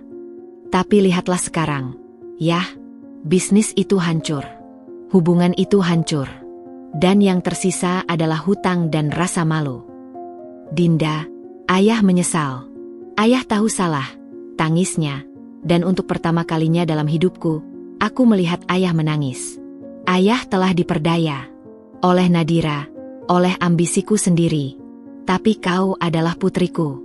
Tolong, jangan biarkan ayah kehilangan segalanya. Air matanya seharusnya meluluhkan hatiku. Tapi hatiku telah membeku sejak hari itu. Ayah menjual kebahagiaanku untuk menyelamatkan bisnis ayah. Kataku, setiap kata diucapkan dengan tenang namun penuh kepastian. Dan sekarang, bisnis itu tetap runtuh. Itu adalah konsekuensi dari pilihan ayah. Sekarang, hadapilah. Dia memandangku dengan tidak percaya, seolah mengharapkan belas kasihan terakhir. Jadi kau tidak akan menolong ayah? Kau akan membiarkan ayah hidup di jalanan? Ayah tidak akan hidup di jalanan, jawabku. Aku berbalik dan mengambil dompetku dari laci, mengeluarkan sejumlah uang tunai, cukup untuk menginap beberapa malam di penginapan sederhana dan makan. Ini bukan untuk menyelamatkan bisnis atau rumah, tapi untuk ayah. Sebagai anak, aku masih memberimu ini. Tapi untuk sisanya, ayah harus mencari jalannya sendiri, seperti yang telah kupelajari selama ini. Aku menyodorkan uang itu. Ayah menatapnya, lalu menatapku. Rasa malu, kemarahan, dan penyesalan yang dalam terpancar dari wajahnya. Dia mengambil uang itu dengan tangan gemetar. Kau telah berubah, Dinda, gumamnya. Tidak, Yah, bantahku. Mataku bertemu dengan matanya yang basah. Aku hanya akhirnya belajar pelajaran yang ayah ajarkan padaku, bahwa dalam hidup, kita harus tegas dan membuat keputusan sulit, bahkan jika itu menyakiti orang yang kita sayangi. Sekarang, jika ayah mau memesan, ada kopi yang sangat enak. Jika tidak, aku punya bisnis untuk dijalankan. Aku berbalik dan kembali ke konter, meninggalkannya berdiri sendirian di tengah kafe yang hangat dan ramai, dikelilingi oleh tawa dan obrolan orang asing, sementara dia sendiri dalam kesendirian dan keputusasaan yang dia ciptakan sendiri. Dia akhirnya pergi tanpa memesan apapun, tubuhnya yang bungkuk menghilang dalam gerimis sore. Aku tahu aku tampak kejam. Tapi pada hari aku paling membutuhkannya, dia memilih untuk tidak berada di sisiku. Dan sekarang, aku memilih untuk tidak menyelamatkannya dari kekacauan yang dia undang sendiri. Itu adalah pelajaran terberat dan karma terpahit yang harus dia hadapi. Cafe Dinda telah menjadi tempat yang ramai, terutama di akhir pekan. Suatu Sabtu sore yang cerah, tempat itu dipenuhi dengan para mahasiswa yang sedang belajar kelompok dan pasangan yang sedang menikmati kencan santai. Aku sibuk di belakang konter, mengawasi Sisi yang dengan cekatan melayani pelanggan, ketika bel pintu berbunyi lagi. Kali ini, yang masuk adalah sosok yang tidak pernah kuharapkan akan kulihat lagi di tempatku, Kak Nadira. Dia terlihat sangat berbeda dari wanita anggun dan penuh percaya diri yang kukenal. Gaunnya yang sederhana terlihat lusuh, rambutnya diikat sembarangan, dan yang paling mencolok, matanya yang dulu penuh dengan kilau licik, kini kosong dan dikelilingi bayangan hitam yang dalam. Dia tampak lesu, seperti energi hidupnya telah tersedot habis. Dia berdiri di dekat pintu, ragu-ragu, seolah-olah merasa tidak pantas berada di tempat yang begitu penuh kehidupan. Kak Nadira, sambutku, berusaha menjaga nada netral. Apa yang kau lakukan di sini? Bisakah kita bicara, Dinda? Pintanya, suaranya serak dan hampir seperti bisikan. Tolong, hanya sebentar. Aku menghela napas. Melihat kehancurannya, rasa benciku sedikit meleleh, digantikan oleh rasa iba yang pahit. Baiklah, tapi aku sibuk. Kita bisa bicara di sudut sana. Aku menunjuk ke sebuah meja kecil di dekat jendela yang kebetulan kosong. Dia mengangguk patuh dan berjalan ke meja itu, tubuhnya seperti orang yang berjalan dalam mimpi. Aku meminta Sisi untuk menjaga konter sejenak, lalu kubawakan 2 gelas air putih dan duduk di hadapannya. Dinda, aku tidak tahu harus mulai dari mana, katanya, tangannya melingkari gelas airnya erat-erat. Kau sudah ada di sini. Mulai saja, jawabku singkat. Dia menarik napas dalam-dalam, seolah mengumpulkan keberanian. Rumah tanggaku, dengan Fikri, itu adalah neraka. Air mata mulai menggenang di matanya. Dia bahkan tidak pernah menyentuhku. Dinda, tidak sekaligus. Kami tidur di kamar yang terpisah sejak hari pertama. Dia lebih sering tidur di kantor atau di kamar tamu. Aku mendengarkan, hatiku berdesir dengan emosi yang bertentangan. Sedih, marah, dan sedikit puas? Tidak, bukan puas. Tapi sebuah pengakuan pahit bahwa karma memang telah bekerja. Dia tidak pernah makan malam bersamaku. Tidak pernah menanyakan hariku. Jika aku mencoba mengajaknya bicara, dia akan menjawab dengan satu kata, atau sama sekali tidak. Dia seperti hantu di rumahnya sendiri, dan aku adalah hantu lain yang mengikutinya. Suaranya pecah. Aku merasa sangat kesepian, Dinda. Lebih kesepian daripada ketika aku masih sendiri. Lalu, apa yang kau harapkan dariku, Kak? Tanyaku, berusaha keras untuk tidak terbawa emosi. Simpati? Kau dan ayah yang menciptakan situasi ini. Kau paksa dia menikahimu. Apa kau kira dia akan menyambutmu dengan tangan terbuka? Aku tahu aku salah, isaknya. Sekarang air mata itu mengalir deras di pipinya yang pucat. Beberapa pelanggan melirik ke arah kami, tapi aku mengabaikan mereka. Aku pikir dengan kesabaran dan cinta, aku bisa melelehkan hatinya. Tapi tidak ada yang berhasil. Tidak ada. Dia membenciku. Dan yang paling menyakitkan, dia mengangkat wajahnya yang basah, matanya penuh dengan penderitaan yang tak tertahankan. Terkadang, saat dia tidur, atau saat dia mabuk, yang semakin sering terjadi, Dia memanggil namamu. Dinda. Dia akan berbisik. Itu seperti pisau yang menusukku berulang kali. Mendengar itu, hatiku seperti diremas. Fikri. Masih mengingatku. Masih merindukanku. Tapi itu tidak membawa kenyamanan. Hanya menambah lapisan kesedihan yang lain pada tragedi kita bertiga. Aku iri padamu, Dinda, bisik Nadira. Suaranya penuh dengan penyesalan yang dalam. Aku iri karena kau bebas. Iri karena kau tidak harus terjebak dalam sangkar emas ini, dikelilingi oleh kemewahan yang terasa seperti penyiksaan. Iri karena kau bisa tersenyum, bisa bernapas, sementara aku perlahan mati di dalam.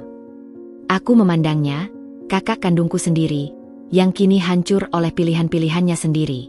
Dia mendapatkan apa yang secara teknis dia inginkan, tapi itu adalah kemenangan kosong. Dia memiliki gelar, tapi tidak memiliki cinta. Dia memiliki rumah, tapi tidak memiliki rumah tangga. Kau menginginkan posisiku, Kak, kataku akhirnya. Suaraku lembut namun penuh dengan kebenaran yang tak terbantahkan. Kau menginginkan gelar sebagai istri Fikri. Sekarang kau sudah memilikinya. Dan kau lihat sendiri, apa yang kau dapat? Sebuah rumah, bukan sebuah rumah tangga. Sebuah suami, bukan seorang pendamping. Kau memenangkan pertempuran, tapi kau kalah perang. Nadira menatapku, dan untuk pertama kalinya, tidak ada senyum sinis atau kilau kemenangan di matanya. Yang ada hanyalah penyesalan yang dalam, kesepian yang tak terperi, dan pengakuan akan kekalahannya. Dia mengangguk pelan, seolah akhirnya memahami sepenuhnya besarnya harga yang harus dia bayar. Aku salah, Dinda. Aku sadar sekarang. Tapi sudah terlambat. Aku terjebak. Dia berdiri, tubuhnya goyah. Terima kasih sudah mendengarkan. Lalu dia berbalik dan berjalan keluar dari kafe, meninggalkanku sendirian dengan segelas air yang tidak disentuhnya dan sebuah hati yang berat. Karma untuk Nadira tidak datang dalam bentuk kehancuran finansial seperti ayah, tapi dalam bentuk kesepian yang menusuk dan penyesalan yang abadi. Dia telah merebut suamiku, tapi dia tidak akan pernah merebut cintanya. Dan dalam rumah mewah yang sunyi itu, dia harus hidup setiap hari dengan bayangan dari apa yang seharusnya menjadi milikku, dan menyadari bahwa yang dia miliki hanyalah ilusi. Itu adalah hukuman yang jauh lebih kejam daripada kehilangan harta. Beberapa bulan telah berlalu sejak kunjungan terakhir Nadira. Kafe Dinda semakin berkembang, dan aku mulai mempertimbangkan untuk membuka cabang. Kedamaian yang kudapatkan perlahan-lahan mulai terasa nyata, meski kadang kenangan akan Fikri masih seperti hantu yang mengunjungi di malam yang sunyi. Namun, aku sudah belajar untuk hidup dengannya, menerimanya sebagai bagian dari diriku yang tidak akan pernah benar-benar pergi. Suatu Jumat sore yang tenang, dengan langit jingga mulai memudar di ufuk barat, kafe sedang tidak terlalu ramai. Hanya ada beberapa pelanggan setia yang asyik dengan laptop mereka. Aku sedang membersihkan mesin espresso ketika bel pintu berbunyi. Aku mengangkat kepalaku, dan napasku seketika tertahan. Di pintu berdiri Fikri. Dia terlihat berbeda. Bukan lagi pria muda yang penuh percaya diri, juga bukan pria hancur yang kulihat terakhir kali. Dia tampak lebih tua, lebih berisi, dengan garis-garis halus di sudut matanya yang berbicara tentang beban yang telah ditanggungnya. Pakaiannya sederhana, kemeja lengan pendek linen dan celana chino, tapi terlihat nyaman pada dirinya. Yang paling mencolok adalah matanya. Mereka masih memiliki kedalaman yang kuingat, tapi kini diisi dengan ketenangan yang baru, sebuah kedamaian yang sepertinya diperoleh dengan susah payah. Dinda, ucapnya, suaranya dalam dan stabil, namun ada getaran halus di dalamnya. Fikri, balasku, berusaha menjaga suaraku tetap rata. Jantungku berdebar kencang. Apa yang kau lakukan di sini? Bisakah kita bicara? Pintanya, matanya memandangku dengan sungguh-sungguh. Hanya sebentar. Aku mengangguk, terlalu terkejut untuk menolak. Tentu. Silakan duduk. Kutunjuk sebuah booth di sudut yang paling privat. Dia duduk, dan aku duduk di seberangnya. Untuk beberapa saat, kami hanya saling memandang, mengisi keheningan dengan 1000 kenangan yang tak terucapkan. Aku sudah bercerai dengan Nadira, ucapnya akhirnya, memecahkan kebekuan. Prosesnya sudah selesai seminggu yang lalu. Kabar itu menghantamku seperti gelombang. Aku telah membayangkan momen ini berkali-kali, tapi ketika itu benar-benar terjadi, yang kurasakan bukanlah kegembiraan, melainkan sebuah kesedihan yang dalam untuk semua yang telah terjadi. Bagaimana bisa? Tanyaku, mencoba memahami. Dia yang mengajukan, jelaskan Fikri, menatap tangannya yang terlipat di atas meja. Aku kira dia akhirnya menyadari bahwa hidup dalam kebekuan seperti itu lebih menyiksa daripada perceraian. Aku tidak melawannya. Aku tidak bisa memberikannya apa yang dia inginkan. Aku bahkan tidak mencoba. Dia mengangkat wajahnya, matanya penuh dengan kejujuran yang menyakitkan. Pernikahan itu adalah kepalsuan dari awal, Dinda. Dan itu meracuni kami berdua. Aku mengangguk, memahami sepenuhnya. Aku tahu. Nadira, dia menemuiku beberapa bulan yang lalu. Dia tidak baik-baik saja. Dia memberitahuku, ucap Fikri. Dia menarik napas dalam. Dinda, aku tahu ini sangat egois. Sangat tidak adil bagimu setelah semua yang terjadi. Tapi, bisakah kita mencoba lagi? Sekarang dia mengatakannya. Kalimat yang selama ini tersembunyi di lubuk hatiku yang paling dalam, yang kadang-kadang berbisik di malam hari. Tapi sekarang, ketika diucapkan, kalimat itu terasa asing. Dia melanjutkan, melihat kebingungan di wajahku. Aku telah melewati terapi. Aku telah berbicara dengan banyak orang. Aku menyadari bahwa kesalahan terbesarku adalah tidak cukup berjuang untuk kita. Aku membiarkan tekanan keluarga dan tradisi mengalahkan cinta kita. Aku menyesal. Aku telah menyesal setiap hari sejak saat itu. Suaranya bergetar penuh emosi. Aku masih mencintaimu, Dinda. Aku tidak pernah berhenti. Aku memandangnya, pria yang pernah menjadi seluruh duniaku. Aku melihat ketulusan di matanya, penyesalan yang dalam, dan harapan yang rapuh. Tapi sesuatu telah berubah. Bukan di dirinya, tapi di diriku. Fikri, ucapku pelan, memilih kata-kata dengan hati-hati. Aku bukan lagi Dinda yang dulu. Wanita yang kau kenal dulu, dia hancur pada hari pernikahan itu. Dia harus membangun kembali dirinya dari nol, sepotong demi sepotong. Dan proses itu mengubah seseorang. Dia mengangguk, matanya berbinar dengan air mata yang ditahan. Aku tahu, dan kau telah menjadi wanita yang lebih kuat, lebih mandiri. Aku melihat kafemu. Aku mendengar cerita tentangmu. Aku sangat bangga padamu, Dinda. Terima kasih, jawabku. Tapi, Fikri, kau juga bukan lagi pria yang sama. Kita berdua terluka. Kita membawa luka yang dalam. Dan luka itu, mereka adalah bagian dari kita sekarang.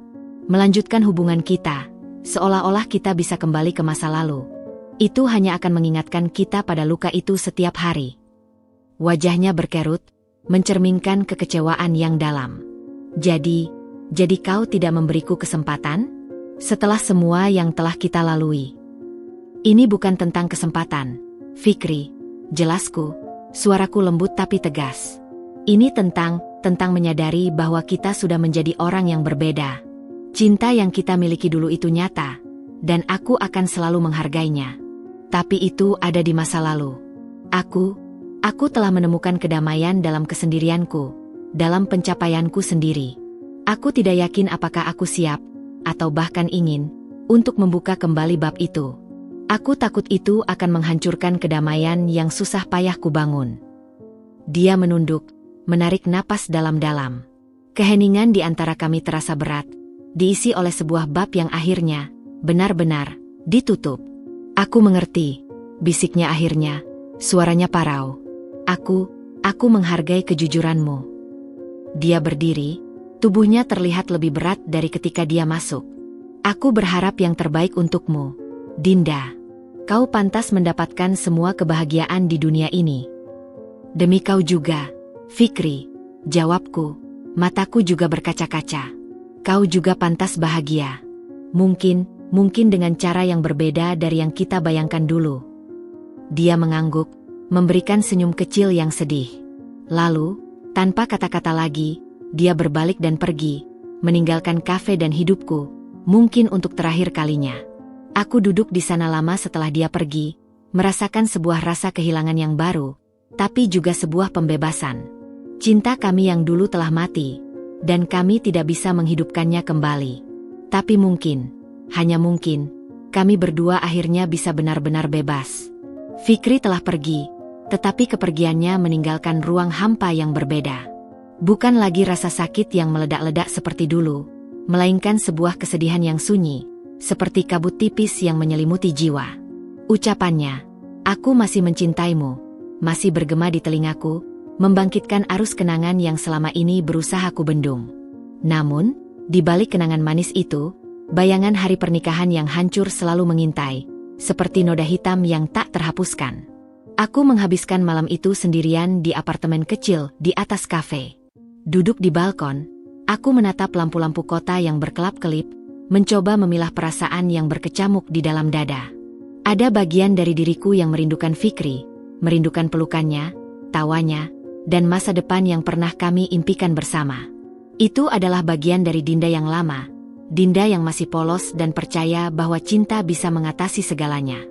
Tapi bagian diriku yang lain, Dinda yang sekarang, Dinda yang telah dibentuk oleh api pengkhianatan dan ditempa oleh kesendirian, bersikap lebih keras. Bagian ini yang berbicara lebih lantang. Bagian ini yang mengingatkanku pada betapa rapuhnya diriku ketika itu, betapa mudahnya hatiku dihancurkan oleh orang-orang yang seharusnya melindungiku. Bagian ini yang membisikkan, "Percayakah kau bisa membuka dirimu sepenuhnya lagi? Bisakah kau mempertaruhkan kedamaian yang kau raih dengan susah payah ini?" Keesokan harinya, Fikri mengirimiku pesan, "Dinda, bisakah kita bertemu sekali lagi? Aku merasa ada yang belum selesai. Aku tahu ini harus diakhiri." Dengan jelas, untukku dan untuknya. Kami bertemu di sebuah taman dekat kafe, jauh dari keramaian. Dia sudah duduk di bangku, menungguku. Wajahnya tampak lelah, seolah tidak tidur semalaman. "Dinda," sambutnya saat aku duduk di sampingnya. "Fikri." "Dinda, tentang apa yang kau katakan kemarin?" Dia mulai, matanya penuh dengan intensitas. "Aku mengerti kau takut. Aku juga takut. Tapi bukankah cinta kita layak untuk diperjuangkan? Kita bisa memulainya perlahan. Seperti mengenal satu sama lain lagi. Aku akan melakukan yang terbaik untuk membangun kepercayaanmu kembali. Aku berjanji." Dia mengulurkan tangannya, seolah ingin menyentuh tanganku, tapi aku menariknya perlahan. "Fikri, ini bukan tentang kepercayaan," ucapku, memandang langsung ke matanya. "Atau bukan hanya tentang itu?" "Lalu tentang apa?" tanyanya, bingung. "Ini tentang luka yang terlalu dalam," jawabku, suaraku bergetar meski berusaha tenang. "Aku mencoba membayangkan kita bersama lagi.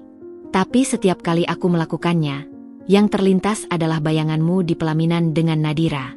Suara ijab kabul yang bukan untukku. Senyummu yang dipaksakan di depan tamu-tamu. Rasa malu, penghinaan, dan sakitnya, itu seperti diukir di tulangku. Fikri, itu adalah bagian dari DNA-ku sekarang. Aku bisa memahaminya, Dinda. Aku juga merasakan sakit yang sama," katanya, matanya berkaca-kaca. "Tapi rasa sakitmu dan rasa sakitku berbeda, Fikri," bantahku, emosi yang lama terpendam mulai mendidih. "Kau berada di sana, di pelaminan. Kau memilih untuk mengucapkan, 'Saya terima.' Kau, dengan kakimu sendiri, berdiri di sana dan menyetujuinya. Aku dikurung di ruangan gelap, mendengarkan semuanya, tidak berdaya. Aku adalah korban dari pilihanmu, pilihan ayahku, dan manipulasi kakakku." Air mata akhirnya meluap, mengalir deras di pipiku. "Setiap kali aku memandangmu, yang akan kulihat adalah pria yang memilih untuk menyakitiku, meskipun kau dipaksa. Setiap kali kau menyentuhku, yang akan kurasakan adalah sentuhan yang sama yang pernah melingkari Nadira sebagai suaminya. Aku tidak bisa, Fikri. Aku tidak bisa memisahkan dirimu sekarang dari pria di hari itu. Luka itu terlalu dalam, terlalu mengakar." Fikri terdiam, wajahnya pucat. Dia melihat rasa sakitku yang sebenarnya, yang selama ini tersembunyi di balik topeng ketegaranku. Aku tidak pernah memandangnya dari sudut itu. bisiknya, suaranya hancur. Aku terlalu sibuk dengan rasa sakitku sendiri, sampai lupa bahwa lukamu mungkin lebih dalam. Aku tahu kau mencintaiku, Fikri. Dan suatu hari, aku percaya kau akan menjadi pria yang hebat untuk seseorang. Tapi, bukan untukku. Bekas lukanya terlalu segar. Aku butuh untuk sepenuhnya melepaskan masa lalu untuk bisa benar-benar hidup. Dan itu termasuk melepaskanmu. Dia mengangguk pelan, air mata diam-diam mengalir di pipinya. Dia mengerti. Akhirnya, dia benar-benar mengerti. Apakah setidaknya kita bisa berteman? Tanyanya, penuh harapan yang terakhir. Aku menggeleng, sambil tersenyum getir. Aku tidak berpikir begitu. Itu akan terlalu menyakitkan bagi kita berdua. Terkadang, yang terbaik adalah melangkah pergi sepenuhnya. Dia menarik napas dalam, lalu menghembuskannya perlahan. Baiklah, kalau itu yang kau butuhkan. Dia berdiri. Selamat tinggal, Dinda. Selamat tinggal, Fikri. Semoga kau menemukan kedamaian. Dia pergi, dan kali ini, aku tahu itu adalah perpisahan yang terakhir. Aku duduk di bangku itu untuk waktu yang lama, membiarkan kesedihan mencuciku. Ini adalah perkabungan terakhir untuk cinta kami, untuk semua mimpi yang telah terkubur, dan untuk bagian diriku yang tetap mencintainya. Tapi di balik kesedihan itu, ada juga rasa lega. Sebuah penutupan. Sebuah pengakuan bahwa beberapa luka memang terlalu dalam untuk disembuhkan, dan beberapa cerita memang harus berakhir, tidak peduli betapa kuatnya cinta yang pernah ada. Aku telah memilih untuk diriku sendiri, untuk kedamaianku, dan untuk pertama kalinya, aku merasa benar-benar merdeka. Setahun telah berlalu sejak perpisahan terakhirku dengan Fikri. Cafe Dinda kini telah memiliki cabang pertama di sudut kota yang lain, dan hidupku diisi dengan kepuasan yang tenang. Aku telah belajar menemukan kebahagiaan dalam kesendirian, dalam desain interior kafe baru, dalam senyum pelanggan setia, dan dalam kebebasan untuk menentukan setiap langkahku tanpa campur tangan siapapun. Kabar tentang ayah sampai juga kepadaku melalui sanak keluarga. Dia tinggal di sebuah rumah kontrakan kecil, hidup sederhana dengan uang pensiun yang tidak seberapa. Terkadang rasa bersalah menyergap, tapi aku ingat bahwa setiap orang harus mempertanggungjawabkan pilihannya sendiri. Suatu sore, teleponku berdering. Sebuah nomor yang tidak kukenal. Halo. Dinda, ini, ayah. Suaranya lemah, serak, dan sangat berbeda dari suara tegas yang kuingat. Jantungku berdebar. Ayah? Ada apa? Kau baik-baik saja? Aku di rumah sakit, nak. RS umum. Bisakah kau menengok ayah? Ada getaran ketakutan dalam suaranya yang menyentuh sesuatu di dalam diriku. Tanpa pikir panjang, aku segera menutup kafe lebih awal dan meluncur ke rumah sakit. Dia terbaring di sebuah kamar bersalin sederhana. Wajahnya pucat dan tubuhnya terlihat lebih kurus dari ingatanku. Sebuah selang infus terpasang di tangannya yang keriput. Melihatnya seperti itu, semua dendam dan amarah yang kusimpan seakan menguap, digantikan oleh sebuah kesedihan yang mendalam. Dia adalah ayahku. Bagaimanapun juga. Dinda, ucapnya lemah saat melihatku masuk, matanya berbinar. Ayah, bisikku, mendekati tempat tidurnya dan memegang tangannya yang dingin. Apa yang terjadi? Jantung, jawabnya singkat. Sudah lama, tapi sekarang semakin parah. Dia menarik napas berat. Dinda, ayah tidak punya banyak waktu. Jangan bilang begitu. Yah, kau akan baik-baik saja. Bantahku, menggenggam tangannya lebih erat. Dia menggeleng, matanya berkaca-kaca. Biar ayah bicara, nak, sebelum tidak sempat. Dia berhenti sejenak, mengumpulkan tenaga. Ayah menyesal. Ayah menyesal telah menghancurkan hidupmu. Ayah menyesal telah memaksamu, mengorbankanmu, untuk sesuatu yang ternyata sia-sia. Dia memandangku, dan untuk pertama kalinya, tidak ada pembelaan diri atau rasionalisasi. Hanya penyesalan yang tulus dan dalam. Nadira, dia memanipulasi ayah. Dia bilang Fikri sebenarnya mencintainya, tapi tidak berani melukaimu. Dia bilang pernikahanmu akan merusak hubungan keluarga kita dengan keluarga Fikri, dan bisnis ayah akan hancur. Ayah lemah. Ayah takut kehilangan segalanya. Reputasi, bisnis, segalanya. Tapi yang akhirnya ayah kehilangan justru yang paling berharga, dirimu. Air matanya mengalir bebas sekarang. Ayah melihat caramu membangun hidupmu sendiri. Betapa kuat dan hebatnya kau sekarang. Dan ayah sadar, andai saja ayah berdiri di sampingmu saat itu, andai saja ayah mempercayaimu dan melindungimu seperti seharusnya seorang ayah, mungkin semuanya akan berbeda. Ayah memilih untuk melindungi sebuah ilusi dan kehilangan kenyataan. Anakku. Aku mendengarkan, tangisku juga tak tertahankan. Ini adalah pengakuan yang selama ini kutunggu. Sebuah pengakuan yang menegaskan bahwa rasa sakitku valid, bahwa pengkhianatan itu nyata. Ayah tahu ini sudah sangat terlambat. Tapi maafkan ayah, nak, tolong. Ayah tidak ingin pergi tanpa meminta maaf padamu. Aku melihat ke dalam matanya yang penuh penyesalan dan ketakutan. Di sana, aku tidak lagi melihat seorang tiran yang egois, tapi seorang manusia tua yang rapuh yang telah melakukan kesalahan besar dan menanggung konsekuensinya. Aku memegang kedua tangannya. Aku memaafkanmu, Yah. Kataku, suaraku bergetar namun jelas. Aku memaafkanmu, bukan karena lupa, tapi karena aku lelah membenci. Karena aku tahu ibu tidak ingin melihat kita seperti ini. Dan karena kau adalah ayahku. Wajahnya berkerut, lalu dia memelukku erat-erat, tubuhnya yang ringan gemetar dalam pelukanku. Terima kasih, nak, terima kasih. Kami duduk berpelukan untuk waktu yang lama, di kamar rumah sakit yang sunyi itu. Sebuah perdamaian yang terlambat, tapi tetap sebuah perdamaian. Dia membisikkan, ayah bangga padamu, Dinda. Ibu juga pasti bangga. Kata-kata itu, yang selama ini kurindukan, akhirnya terucap. Meski terlambat, kata-kata itu menyembuhkan sebuah luka yang sangat dalam di jiwaku. Ayah meninggal seminggu kemudian dalam tidurnya, dengan damai. Aku mengatur pemakaman sederhana untuknya. Nadira hadir. Wajahnya masih menyimpan kesedihan dan penyesalannya sendiri. Kami tidak banyak berbicara, tapi ada sebuah pengertian diam-diam antara kami. Sebuah pengakuan bahwa kami semua telah hancur karena pilihan-pilihan keliru pada hari itu. Aku melepaskan kepergian ayah dengan rasa duka yang tenang. Aku telah memaafkannya, dan dalam proses itu, aku juga memaafkan diriku sendiri untuk semua rasa sakit dan kemarahan yang kupendam.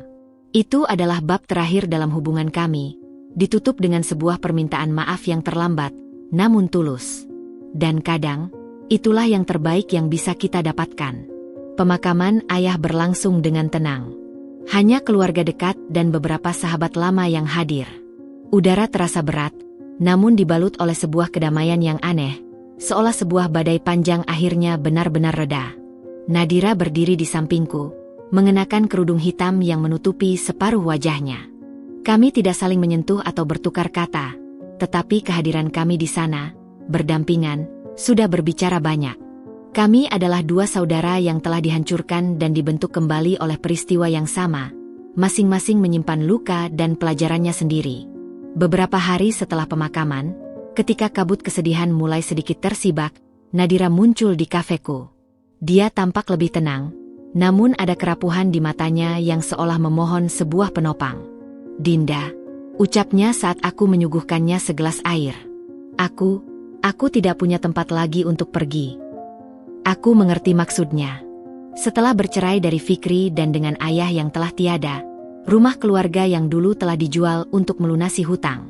Dia benar-benar sendirian. Dengan uang dari warisan ibu, lanjutnya, aku tahu kau pasti memiliki lebih dari cukup. Bisakah aku tinggal bersamamu untuk sementara? Hanya sampai aku menemukan jalan hidupku lagi. Dia menatapku dengan harapan yang menyedihkan. Ini adalah Nadira yang sama yang dulu dengan bangga mengenakan gaun pengantinku. Namun kini dia hancur, merangkak, meminta pertolongan pada adik yang pernah dihancurkannya. Aku memandangnya, kakak kandung satu-satunya. Ada belas kasihan yang mendalam, sebuah rasa sakit melihat keadaannya. Tapi ada juga sebuah suara di kepalaku yang berbicara lebih keras. Tidak, Kak Nadira, ucapku, suaraku lembut tapi tegas. Aku duduk di hadapannya.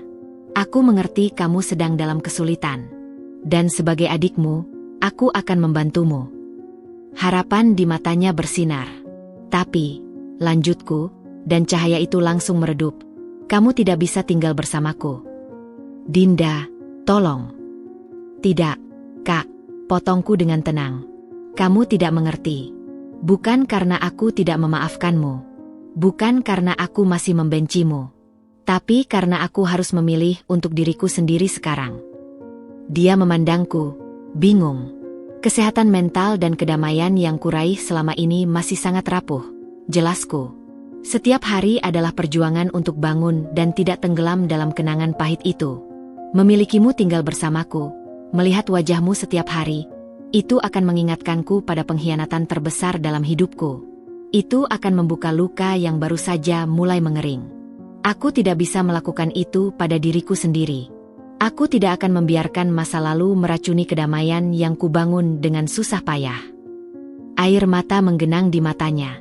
Jadi, kau tidak bisa melupakannya? Kau tidak bisa memaafkanku sepenuhnya. Aku sudah memaafkanmu, Kak. Tapi memaafkan bukan berarti melupakan. Dan memaafkan bukan berarti aku harus menempatkan diriku kembali dalam situasi yang bisa melukaiku. Aku mengambil dompetku dan mengeluarkan sejumlah uang tunai yang cukup untuk menyewa kos-kosan sederhana dan biaya hidup selama beberapa bulan. Ini untukmu. Bukan untuk menyelamatkanmu, tapi untuk memberimu kesempatan memulai dari nol, seperti yang dulu kulakukan. Kamu perlu menemukan jalanmu sendiri, Kak. Seperti aku. Dia menatap uang itu, lalu menatapku. Di matanya, kulihat sebuah pencerahan yang pahit. Dia akhirnya mengerti bahwa konsekuensi dari tindakannya bukan hanya kehilangan Fikri atau ayah, tapi juga kehilangan hak untuk berada dekat dengan adiknya. Bahwa ada luka yang begitu dalam sehingga kedekatan pun menjadi racun. Dinda, bisiknya, suaranya hancur. Aku mengerti. Dia mengambil uang itu dengan tangan gemetar. Terima kasih. Untuk segala sesuatu. Dan untuk kejujuranmu. Dengan uang itu, kamu bisa memulai hidup baru. Mungkin di kota lain. Temukan siapa dirimu tanpa pengaruh siapapun. Itu yang terbaik untuk kita berdua. Dia mengangguk, berdiri, dan berjalan ke pintu. Sebelum pergi, dia menoleh. Aku menyesal, Dinda. Aku benar-benar menyesal. Aku tahu, Kak. Semoga kamu menemukan kedamaianmu. Dia pergi, dan aku tahu itu adalah perpisahan untuk waktu yang sangat lama. Aku berdiri di sana, merasakan sebuah kepedihan yang mendalam, tapi juga sebuah kekuatan yang baru. Aku telah membuat pilihan yang tepat untuk diriku sendiri. Aku tidak lagi menjadi korban yang hanya menurut. Aku adalah seorang yang mandiri yang melindungi dirinya sendiri. Memaafkan itu perlu, tapi melindungi diri sendiri adalah sebuah kewajiban. Dan kali ini, aku memilih untuk memenuhi kewajiban itu. Aku memilih untuk diriku sendiri. 5 tahun. Waktu yang cukup untuk menyembuhkan luka yang paling dalam, dan cukup lama untuk membangun sebuah kehidupan yang benar-benar baru. Cafe Dinda bukan lagi sekadar sebuah kafe kecil. Kini, ada 3 cabang yang tersebar di kota ini, masing-masing dengan ciri khasnya sendiri, tetapi dengan jiwa yang sama, hangat, ramah, dan menyediakan pelarian yang damai bagi siapapun yang membutuhkan secangkir kenyamanan. Aku tidak lagi hanya seorang barista. Aku adalah seorang pemilik usaha, seorang mentor bagi anak-anak magang, dan bagian dari komunitas wirausaha di kota ini. Aku tinggal di sebuah apartemen kecil yang nyaman di lantai atas cabang kafe pertamaku. Pagi-pagiku dimulai dengan aroma kopi yang naik dari bawah, dan diakhiri dengan pemandangan lampu kota dari balkonku. Aku telah belajar menari dalam kesendirian, dan menemukan iramanya yang indah. Suatu hari, di cabang kafe yang paling ramai, seorang pelanggan baru yang tampak asing mendekatiku di balik konter. Permisi, Mbak Dinda. Aku Dinda. Ada yang bisa kubantu? Jawabku dengan senyum otomatis yang tulus. Kami dari majalah Culinary Canvas, katanya sambil menyodorkan kartu nama. Kami mendengar cerita tentang perjalanan Anda. Bisakah kami mewawancarai Anda untuk rubrik Perempuan Penggerak, edisi depan? Aku terkejut. Namaku dan kata penggerak dalam satu kalimat, itu adalah sebuah pengakuan yang tidak pernah kubayangkan. Wawancara itu berlangsung selama 1 jam penuh. Aku bercerita tentang perjalananku, tentang mimpi yang hancur, tentang warisan ibu, tentang membangun kafe ini dari nol. Aku tidak menyembunyikan rasa sakitnya, tetapi fokusku adalah pada kebanggaan akan apa yang telah kubangun. Jadi, Anda memilih untuk tidak menikah lagi? Tanya sang pewawancara, seorang wanita muda yang bersemangat. Aku tersenyum. Pertanyaan itu tidak lagi menyakitkan. Saya memilih untuk bahagia, koreksiku dengan lembut. Dan kebahagiaan saya saat ini datang dari hal-hal ini. Tanganku menunjuk sekeliling kafe yang penuh dengan kehidupan. Dari setiap cangkir kopi yang saya sajikan, dari setiap senyum pelanggan, dari kemandirian finansial, dan dari kedamaian batin yang saya perjuangkan mati-matian. Pernikahan bukanlah satu-satunya tolok ukur kebahagiaan seorang wanita, bukan? Dia mengangguk, tersenyum memahami. Pesan Anda untuk perempuan lain yang mungkin mengalami masa-masa sulit. Percayalah bahwa Anda lebih kuat dari yang Anda kira. Jawabku, dari lubuk hatiku yang paling dalam. Terkadang, jalan yang direncanakan Tuhan untuk kita bercabang dengan cara yang menyakitkan. Tapi percayalah, di ujung jalan yang tampak gelap itu, ada versi dirimu yang lebih kuat dan lebih utuh menunggu untuk ditemukan. Jangan takut untuk berjalan sendirian. Karena dalam kesendirian itulah, Anda belajar untuk berdiri di atas kaki Anda sendiri. Dan itu adalah kekuatan terhebat yang bisa dimiliki seorang perempuan. Beberapa minggu kemudian, artikel itu terbit. Foto besarku menghiasi 1 halaman penuh. Berdiri dengan bangga di depan kafe, tersenyum tenang. Ibu di rumah sakit, Tante Sari, mengirimi pesan. Ibu pasti sedang tersenyum bangga di surga, Dinda. Pesan itu membuat air mataku meleleh. Ya, aku merasa ibu ada di sini, dalam setiap detail kafe ini, dalam setiap keputusan berani yang kuambil. Malam itu, duduk di balkon dengan segelas teh hangat, aku merenung. Aku ingat Dinda yang dulu, yang seluruh hidupnya berputar di sekitar Fikri dan impian pernikahan yang sempurna. Wanita itu sekarang terasa seperti seorang asing. Aku telah melalui api dan keluar sebagai permata yang lebih berkilau. Aku telah kehilangan cinta romantis, tapi menemukan cinta yang lebih besar. Cinta pada diriku sendiri, pada kemampuanku, dan pada kehidupan yang kubangun dengan tanganku sendiri. Tidak, aku tidak menikah. Tapi aku tidak sendiri. Aku dikelilingi oleh karyawan yang menjadi keluarga, oleh pelanggan yang menjadi sahabat, dan oleh sebuah pencapaian yang adalah buah dari ketekunan dan ketabahanku. Aku telah belajar bahwa kebahagiaan bukanlah tentang memiliki seseorang, tapi tentang menjadi seseorang. Dan aku, Dinda, akhirnya menjadi seseorang yang utuh, lengkap, dan bahagia, dengan atau tanpa seorang suami di sampingku. Itu adalah pilihanku, dan itu adalah kebahagiaanku.